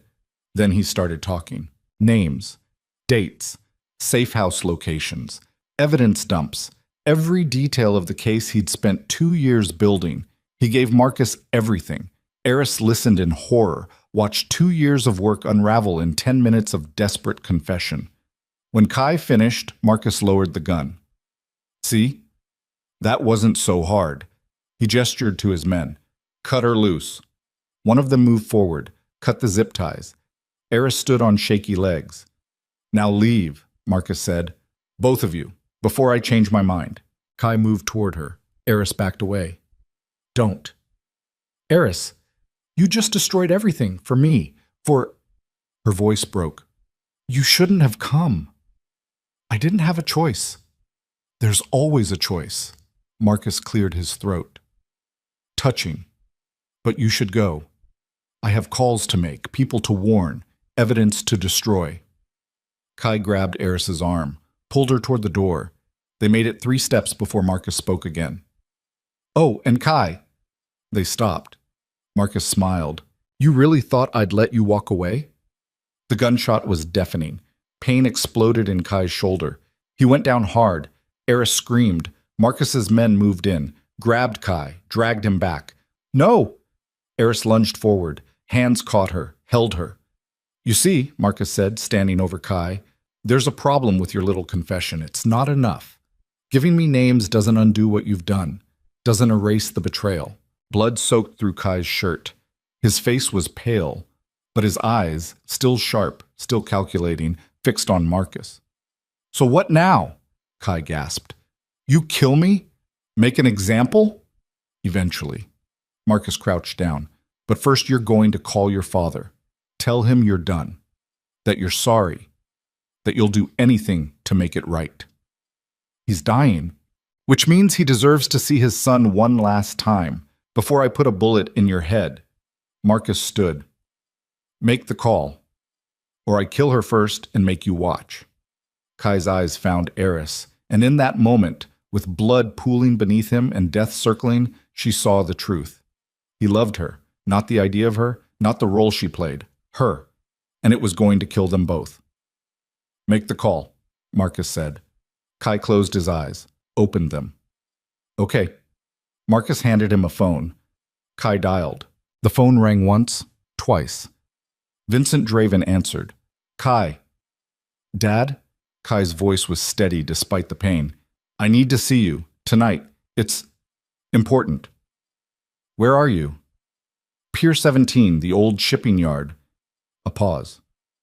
I'll be there in 20 minutes. The line went dead. Marcus smiled. Good boy. He gestured. His men hauled Kai up, zip-tied him to a support beam. Eris fought against the hands holding her. Let him go. Shut up. Marcus backhanded her. She tasted blood again. Kai strained against the zip ties. Touch her again and I swear. You'll what? Marcus laughed. You're dead, Kai. You just don't know it yet. They waited. Eris's mind raced, looking for an opening, an escape, anything, nothing. She met Kai's eyes across the warehouse. I'm sorry, he mouthed. She wanted to scream at him, to rage, to tell him his apologies meant nothing when they were both about to die. But instead she mouthed back, I know. Headlights cut through the darkness outside. A car pulled up. Doors opened. Vincent Draven walked into the warehouse. Alone. He looked older than at dinner. Thinner. Death eating him from the inside. But his presence, that commanded respect through sheer force of will, remained. He saw Kai. The blood. The zip ties. His expression didn't change. Marcus. His voice was cold. Flat. Explain. Your son's been building a federal case against us. 2 years. Hundreds of arrests. He was going to burn it all down. Vincent turned to Kai. Is this true? Kai met his father's eyes. Yes. Why? Because it's wrong. All of it. The trafficking, the murder, He coughed, blood on his lips. I couldn't be part of it anymore. So you decided to destroy it. Destroy me. I decided to save the people you've been hurting for decades. Vincent was quiet for a long moment. Then he turned to Marcus. Let him go. Marcus blinked. What? You heard me. Cut him loose. Vincent, he's a traitor. He's my son. Vincent's voice went hard, sharp. And you don't touch him without my permission. Ever. Marcus's face flushed. He gave the feds everything. Then we'll deal with it. Together. As a family. Vincent looked at Kai. But not like this. Not with guns and threats. That's not who we are. It's exactly who we are, Kai said. His voice was fading, weak from blood loss. It's all we've ever been. Vincent moved closer, knelt beside his son, and for the first time Eris saw something that might have been grief in his eyes. I failed you, Vincent said quietly. Tried to make you into something you weren't. Thought strength meant violence. Loyalty meant blind obedience. He touched Kai's face. Gentle. I was wrong. Kai stared at him, shocked. Dad, shit. I'm dying, Kai. 6 months at most. And when I'm gone, Vincent straightened, looked at Marcus. When I'm gone, this empire dies with me. All of it. No succession, no war, just an ending. Marcus went pale. You can't. I can. And I am. Vincent's voice was final. Absolute. It's over, Marcus. All of it. You're just going to let them arrest us. I'm going to die on my terms, not theirs. He turned back to Kai. Cut him loose. Get him a doctor and bring the girl. Marcus didn't move. Vincent pulled a gun, pointed it at Marcus.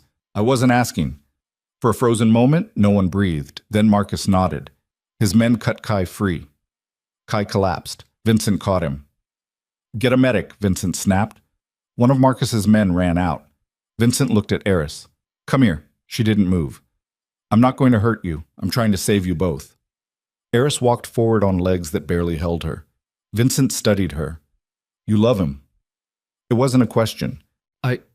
She looked at Kai, bleeding, broken. I don't know. Figure it out, fast, because what comes next, you'll need to be sure. What comes next? Vincent's smile was sad, tired. The end of everything. He stood, addressed the room. Here's how this works. I call the feds. I give them everything. Names, accounts, evidence. I confess to 40 years of crimes and I go quietly. In exchange, Kai walks, Eris walks, Lena walks. Everyone who cooperated gets immunity. And us? Marcus asked. Hollow. You face the charges. You take the fall. You protect the next generation from inheriting this nightmare. Vincent's voice was steel. Or I kill you myself right now and save the feds the trouble. Marcus stared at him. Then, slowly, he nodded. Okay. Vincent pulled out his phone, dialed. Agent Chen, this is Vincent Draven. I'm ready to talk. He gave her the address. Hung up. Looked at Kai and Eris. You have 10 minutes. Use them wisely.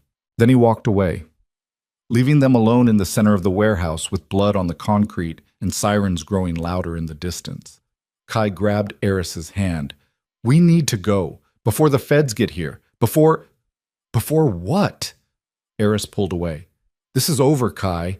You got what you wanted. The confession, the takedown. The empire falls and you get to walk away clean. I'm not walking away from you. Yes, you are. Her voice broke. Because I can't do this. I can't be with someone who lies, who uses people, who destroys everything he touches trying to fix it. Eris, you gave Marcus everything. You sacrificed 2 years of work for me, and I didn't even ask you to. I know. So why? Kai looked at her, blood-soaked, dying, more honest than she'd ever seen him. Because losing the case was survivable, losing you wasn't. The words hung in the air. Sirens screamed closer. Eris stood there, frozen, knowing that if she stayed, if she forgave him, if she chose him, her life would never be simple again. And knowing that if she left, she'd spend the rest of her life wondering what they could have been. Outside, car doors slammed. Federal agents poured in. Agent Chen at the front. Nobody move! The warehouse erupted into controlled chaos.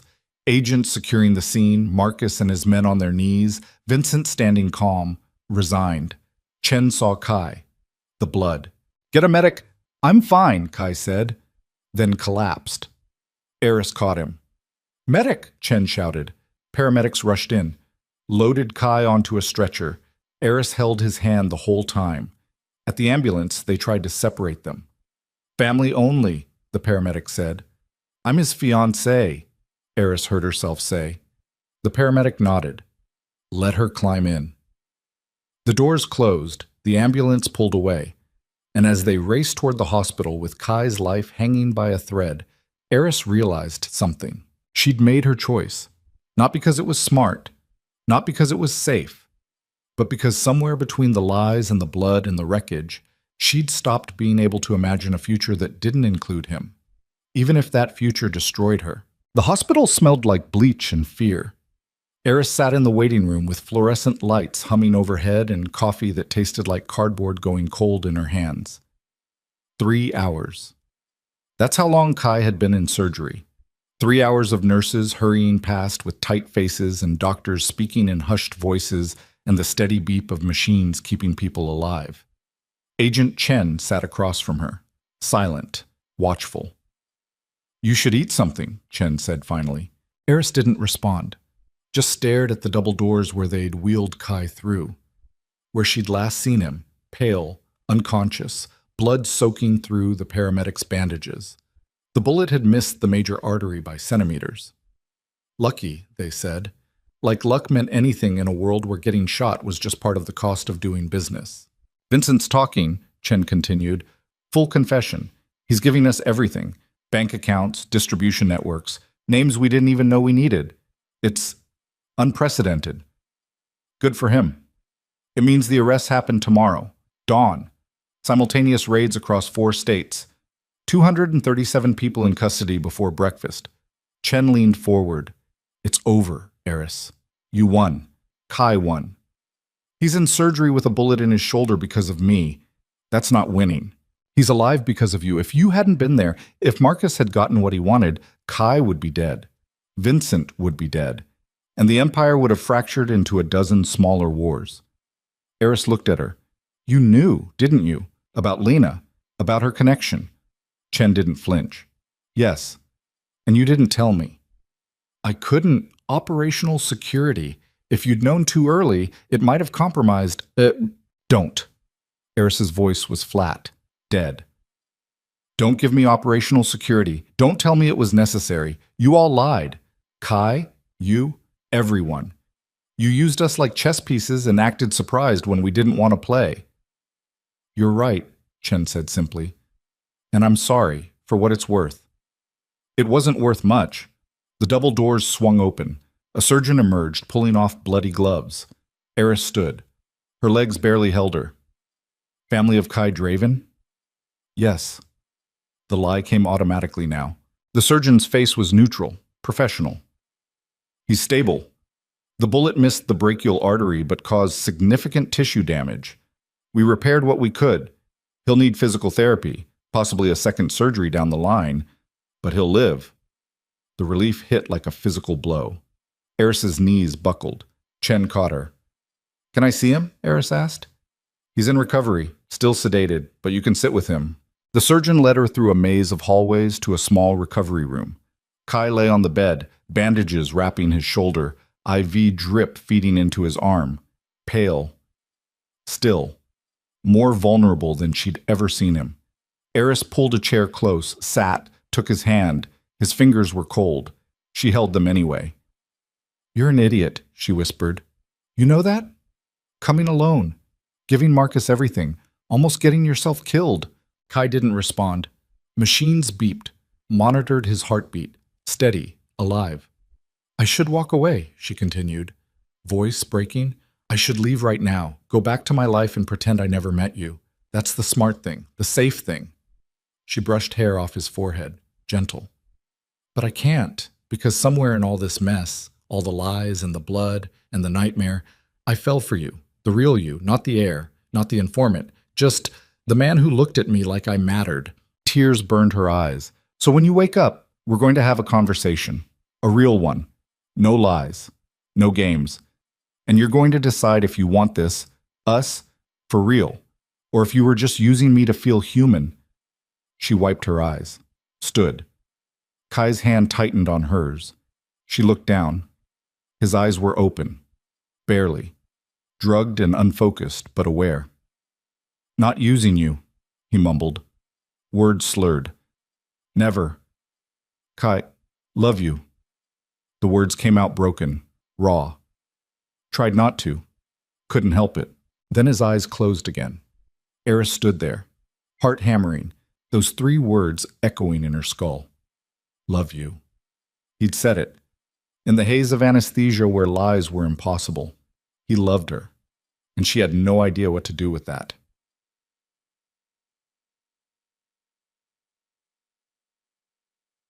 Dawn came with the sound of sirens.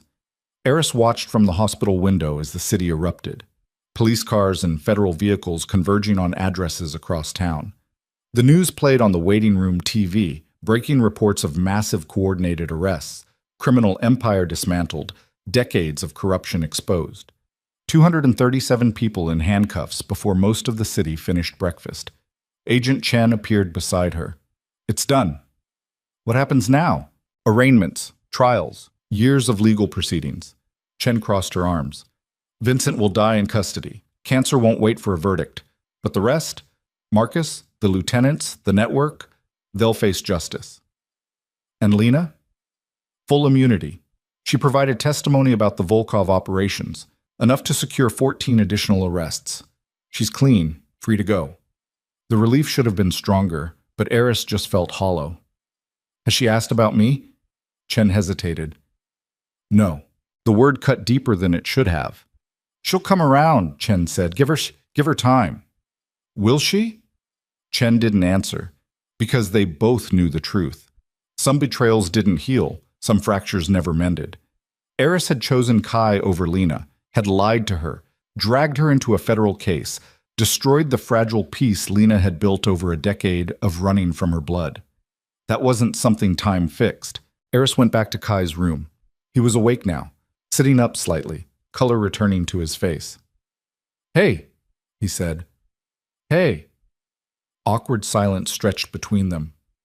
Did you mean it? Eris asked finally. What you said, before.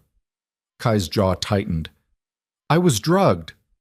That's not an answer. He looked at her, really looked, and in his eyes she saw the fear, the vulnerability, the truth he'd been hiding behind lies and strategy for so long he'd forgotten how to be honest. Yeah, he said quietly. I meant it. Eris's breath caught. Say it again. Sober. Kai's hand found hers, held tight. I love you, Eris Vale. I've loved you since that night in the diner when you told Lena you were sure. When you chose me despite every reason not to. I love you, and I'm terrified because I don't know how to do this without destroying it. Do what? Be with someone. Be normal. I've spent my entire life weaponizing connection, using people. I don't know how to just love someone without turning it into strategy. Eris sat on the edge of the bed, careful not to jostle his shoulder. Then we figure it out, together. No lies, no games, just truth, even when it's ugly. Even when it's ugly, Kai repeated. Starting now. She took a breath. I'm angry at you, for hiding Lena's connection, for using me, for almost getting yourself killed. I'm angry, and I'm hurt, and I don't know if I can trust you yet. Kai nodded slowly. Fair. But I also love you, which is inconvenient and stupid and probably going to ruin my life. But it's true. A smile tugged at his mouth. Fragile. Real. So where does that leave us? I don't know. But we have time to figure it out. She touched his face. The war's over, Kai. You won. The Empire's gone. Your father's in custody. You're free. The word seemed foreign to him. Free. Like he didn't know what to do with it. A knock at the door interrupted them. Agent Chen stepped in. Her expression was grim. We have a problem. Kai tensed. What kind of problem? Marcus escaped custody during transport, overpowered 2 agents, took their weapons. He's in the wind. Ice flooded Eris's veins. How long ago? 40 minutes. We have the city locked down. Airports, train stations, every exit monitored. But Chen hesitated. He made a call before he disappeared, to an unlisted number. We traced it. And? It connected to a burner phone registered to someone in this hospital. Silence fell like a hammer. He's here, Kai said. He's coming for us. Chen's radio crackled. A voice shouted through static. Shots fired. 3rd floor. Suspect matching Marcus Draven's description. The radio cut to screaming. Chen pulled her weapon. Stay here. Lock the door. Don't open it for anyone except me. She ran. Kai struggled to sit up. Winced. We need to move. You just had surgery. I don't care. Marcus won't stop. He'll burn this whole hospital down to get to me. More gunfire echoed through the building. Closer now. Alarms blared, patients screaming, nurses shouting evacuation orders. Eris looked around. They were on the 5th floor. No way down except the stairs or elevator. Both would be death traps if Marcus was hunting them. Window, she said. What? Fire escape. Outside the window. She moved to it, looked down. 5 stories. Rusted metal ladder leading to an alley. Can you climb? Do I have a choice? Eris opened the window. Cold air rushed in. She helped Kai up. He bit back a scream as his shoulder protested. They climbed out onto the fire escape. Metal groaned under their weight. Behind them, the door to Kai's room exploded inward. Marcus stood in the doorway, blood on his shirt, gun in his hand. Going somewhere? Kai shoved Eris toward the ladder. Climb, now. Kai, go. She climbed, hands slipping on icy metal, down 1 flight, 2. Above her, Kai followed, moving too slow, shoulder bleeding through his bandages. Marcus appeared at the window, aimed. You really thought you could destroy everything and walk away? He shouted. You really thought I'd let that happen? He fired. The bullet sparked off the railing inches from Kai's head. Eris screamed. Kai kept moving, faster now, desperation overriding pain. They reached the 3rd floor platform. Kai stumbled, nearly fell. Eris caught him. Keep going, he gasped. Marcus climbed out the window, started down after them. 2nd floor, 1st floor. The ladder ended 10 feet above the alley. Eris didn't hesitate, jumped, hit the ground hard, rolled, pain shot through her ankle. Kai jumped, landed badly, collapsed. Eris dragged him up. Come on, come on, come on! They ran. The alley opened onto a side street. Early morning, traffic just starting, people heading to work. Normal people living normal lives. Eris flagged down a taxi, shoved Kai inside. Drive, now. The driver saw the blood, the desperation. I don't want trouble. Eris pulled out $300 from her pocket. Money Kai had given her weeks ago. This is yours if you drive. No questions. The driver grabbed the cash, pulled out. Behind them, Marcus emerged from the alley, saw them, raised his gun, traffic blocked the shot. The taxi turned a corner, disappeared into the city. Eris collapsed back against the seat, heart hammering. Kai was pale, shaking, shoulder bleeding freely now. Where to? The driver asked. Good question. The safe house was compromised. The hospital was a war zone. Kai's penthouse would be the first place Marcus looked. Eris's apartment was small, forgotten. No one had been there in weeks. West Side, she said. Gave the address. 20 minutes later, they stumbled into her building, up 3 flights of stairs, into the apartment that still smelled like her old life. Eris locked the door. 3 deadbolts. Shoved a chair under the handle. Kai sank onto the couch, breathing hard. Let me see. Eris peeled back his bandages. The stitches had torn, blood everywhere. She grabbed her first aid kit, the one she kept for injured animals, started cleaning the wound with hands that shook too hard. This is bad, she said. Yibam, you need a hospital. No hospitals. Marcus has people everywhere. We go back, we're dead. Then what? Kai pulled out his phone, dialed with bloody fingers. Chen, it's me. A pause. Yeah, we're alive, barely. He gave her the address. I need medical, discreet. And I need to know where Marcus is. He listened. His face went pale. Understood. He hung up. What? Eris asked. Marcus killed 3 agents during the escape, wounded 4 more. He's completely unhinged. Blames me for everything. Vincent's arrest, the Empire falling, all of it. So what's his end game? Revenge. Pure and simple. He's going to kill everyone I care about, starting with you, then Lena, then me. Make me watch it all burn before he puts a bullet in my head. Eris's hands stilled. Lena, we need to warn her. Chen already has agents on her. 24-hour protection. That didn't stop Marcus before. I know. They sat in silence, the weight of it crushing. This doesn't end until he's dead, Kai said finally. Or I am. There has to be another way. There isn't. Kai met her eyes. He won't stop. He can't. This is personal now. He's lost everything. His brother's empire, his power, his future. All he has left is rage. So what do we do? Kai was quiet for a long moment.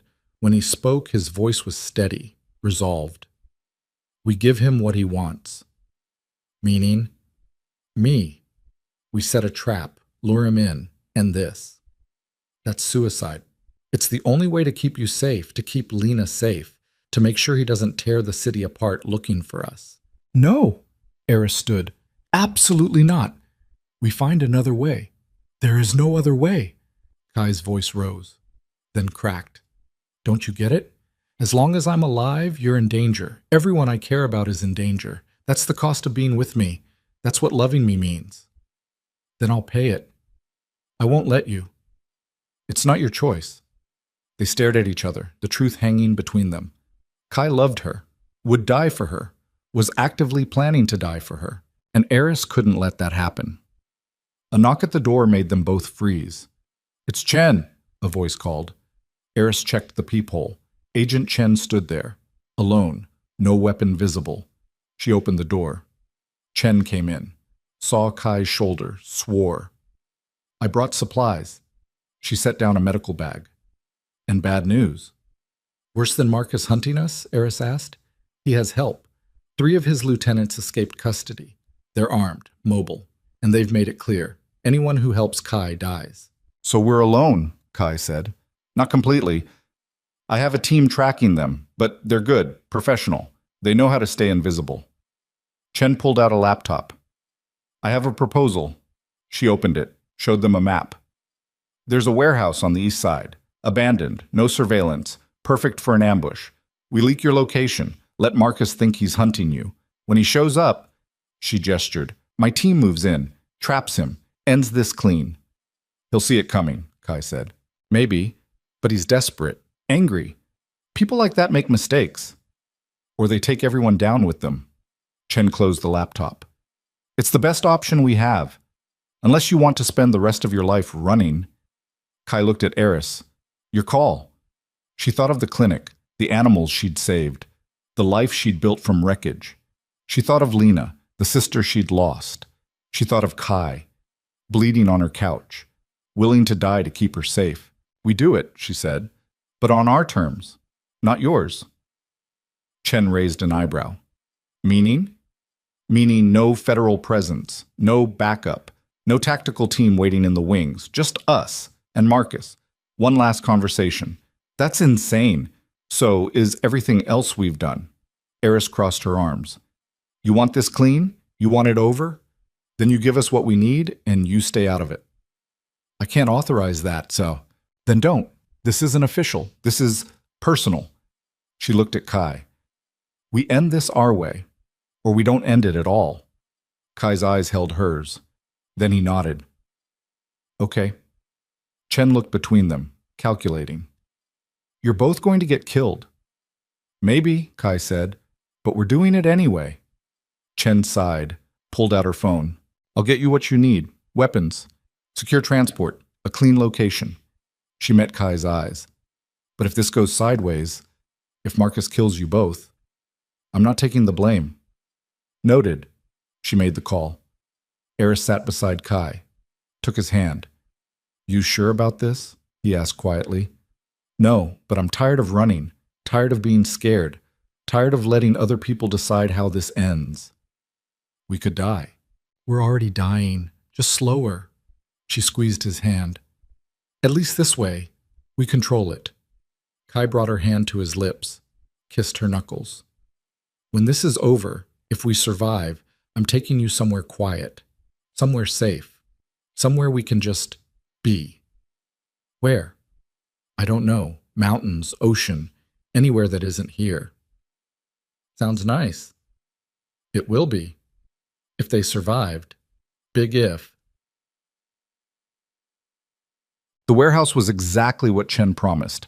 Abandoned, isolated, perfect for killing or being killed. Eris stood in the center of the empty space, testing the weight of the gun Chen had provided. Glock 19, 9mm, 15 rounds. She'd never fired a gun before last week when Chen had given her a crash course. Aim, breathe, squeeze, don't pull. Simple in theory, terrifying in practice. Kai leaned against a support beam, shoulder bandaged properly now thanks to Chen's medic. Still pale, still weak, but alive. He'll come from the east entrance, Kai said. It's the most visible. He'll want to see us, to watch our faces when he kills us. What if he brings backup? He won't. This is personal. He wants to do it himself. Eris hoped he was right. The sun was setting, shadows stretching across concrete. They'd been waiting for 2 hours. Chen had leaked the location through a compromised informant. Marcus would have gotten it by now. He'd come. Question was when. Eris's phone buzzed. She checked it. A text from an unknown number. I'm sorry. She stared at it, then dialed. Lena answered on the first ring. Don't hang up, Lena said immediately. I wasn't going to. I'm sorry. For everything. For the things I said, for shutting you out. You were trying to protect me and I couldn't see it. Eris's throat tightened. You had every right to be angry. Maybe, but I shouldn't have walked away.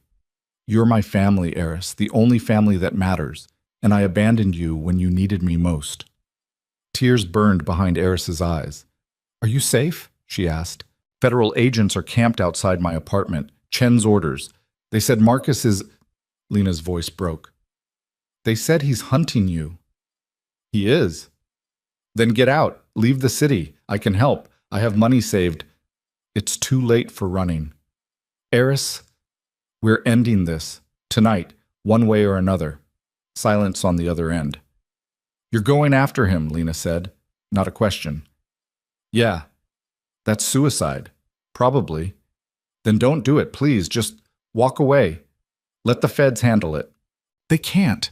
Marcus won't stop until we're dead. All of us. You, me, Kai. This is the only way. Lena was quiet for a long moment. I love you, she said finally. I love you too. If you die, if this goes wrong, I'm going to kill Kai myself. Eris laughed, wet, broken. Deal. She hung up. Kai was watching her. Lena? He asked. Yeah. She okay? No, but she will be. Eris pocketed the phone. After this is over, after we... She didn't finish, because headlights cut through the darkness outside. A car pulled up. Engine killed. Footsteps on concrete. Marcus walked in. Alone.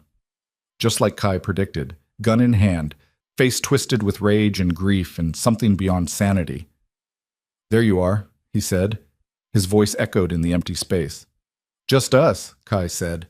Like you wanted. Marcus smiled. Good. I was worried you'd bring your federal friends. Ruin the moment. What moment? The one where I make you pay for everything you've destroyed. Marcus moved closer, deliberate, savoring it. Vincent's dying in a cell. The empire's gone. 40 years of work erased because you couldn't accept your place. My place was never with you, Kai said. Never with him. I was a weapon you pointed at people. That's all I ever was. And you think you're better now? You think turning informant makes you clean? Marcus's laugh was sharp, cruel. You're still a killer, Kai. Still a Draven. You'll never be anything else. Maybe. But at least I'm trying. Trying. Marcus spat the word. You don't get to try. You don't get to walk away. You don't get redemption. He raised the gun, pointed it at Eris. You get to watch everyone you love die, then you get to join them. Kai moved, stepped in front of Eris. You want to kill someone? Kill me. Leave her out of it. Oh, I'm going to kill you, but first, I want you to feel what I felt when you destroyed everything, when you took my future and burned it to ash. His finger tightened on the trigger. Time slowed. Eris saw it happening, saw the bullet coming, saw Kai standing between her and death. She moved without thinking, shoved Kai aside, raised her gun, fired. The recoil shocked her, the sound deafening. Marcus staggered, blood bloomed on his chest. He looked down, surprised. Looked at Eris. You... He raised his gun again. Eris fired. Once, twice, 3 times. Marcus fell. Silence crashed down. Eris stood there, gun smoking in her hand, heart hammering so hard she thought it would break through her ribs. Kai touched her shoulder. Eris! She dropped the gun, backed away. Marcus lay on the concrete, blood pooling beneath him, breathing shallow, dying. Kai knelt beside him. It's over. Marcus coughed, blood on his lips. Vincent was right, he whispered. You're stronger than I thought. You could have walked away, Kai said. Could have taken a deal, started over. There is no starting over, not for people like us. Marcus's eyes found Eris. You think you saved him? You think killing me makes you a hero? Eris didn't answer. You're just like us now, just another killer. Welcome to the family. His eyes glazed, his breathing stopped. Marcus Draven was dead. Eris sank to the ground, shaking, shock setting in. Kai pulled her against him, held her. You're okay. We're okay. But they weren't, because Marcus was right. She'd killed a man, pulled the trigger, watched him die. That wasn't something you came back from. Sirens wailed in the distance. Agent Chen appeared in the doorway, took in the scene. It's done, Kai said. Chen nodded. My team is 2 minutes out. We'll process the scene, get your statements, then... She looked at them. Then you're free. Both of you. This is over. Over. The word felt impossible. Chen's team arrived, flooded the warehouse, secured the body, took photographs, asked questions. Eris answered mechanically. Yes. He came in. He threatened us. He raised his weapon. I fired in self-defense. All true.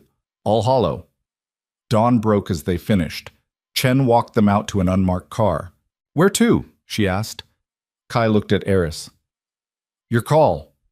Eris thought of the clinic, the animals, the life she'd built.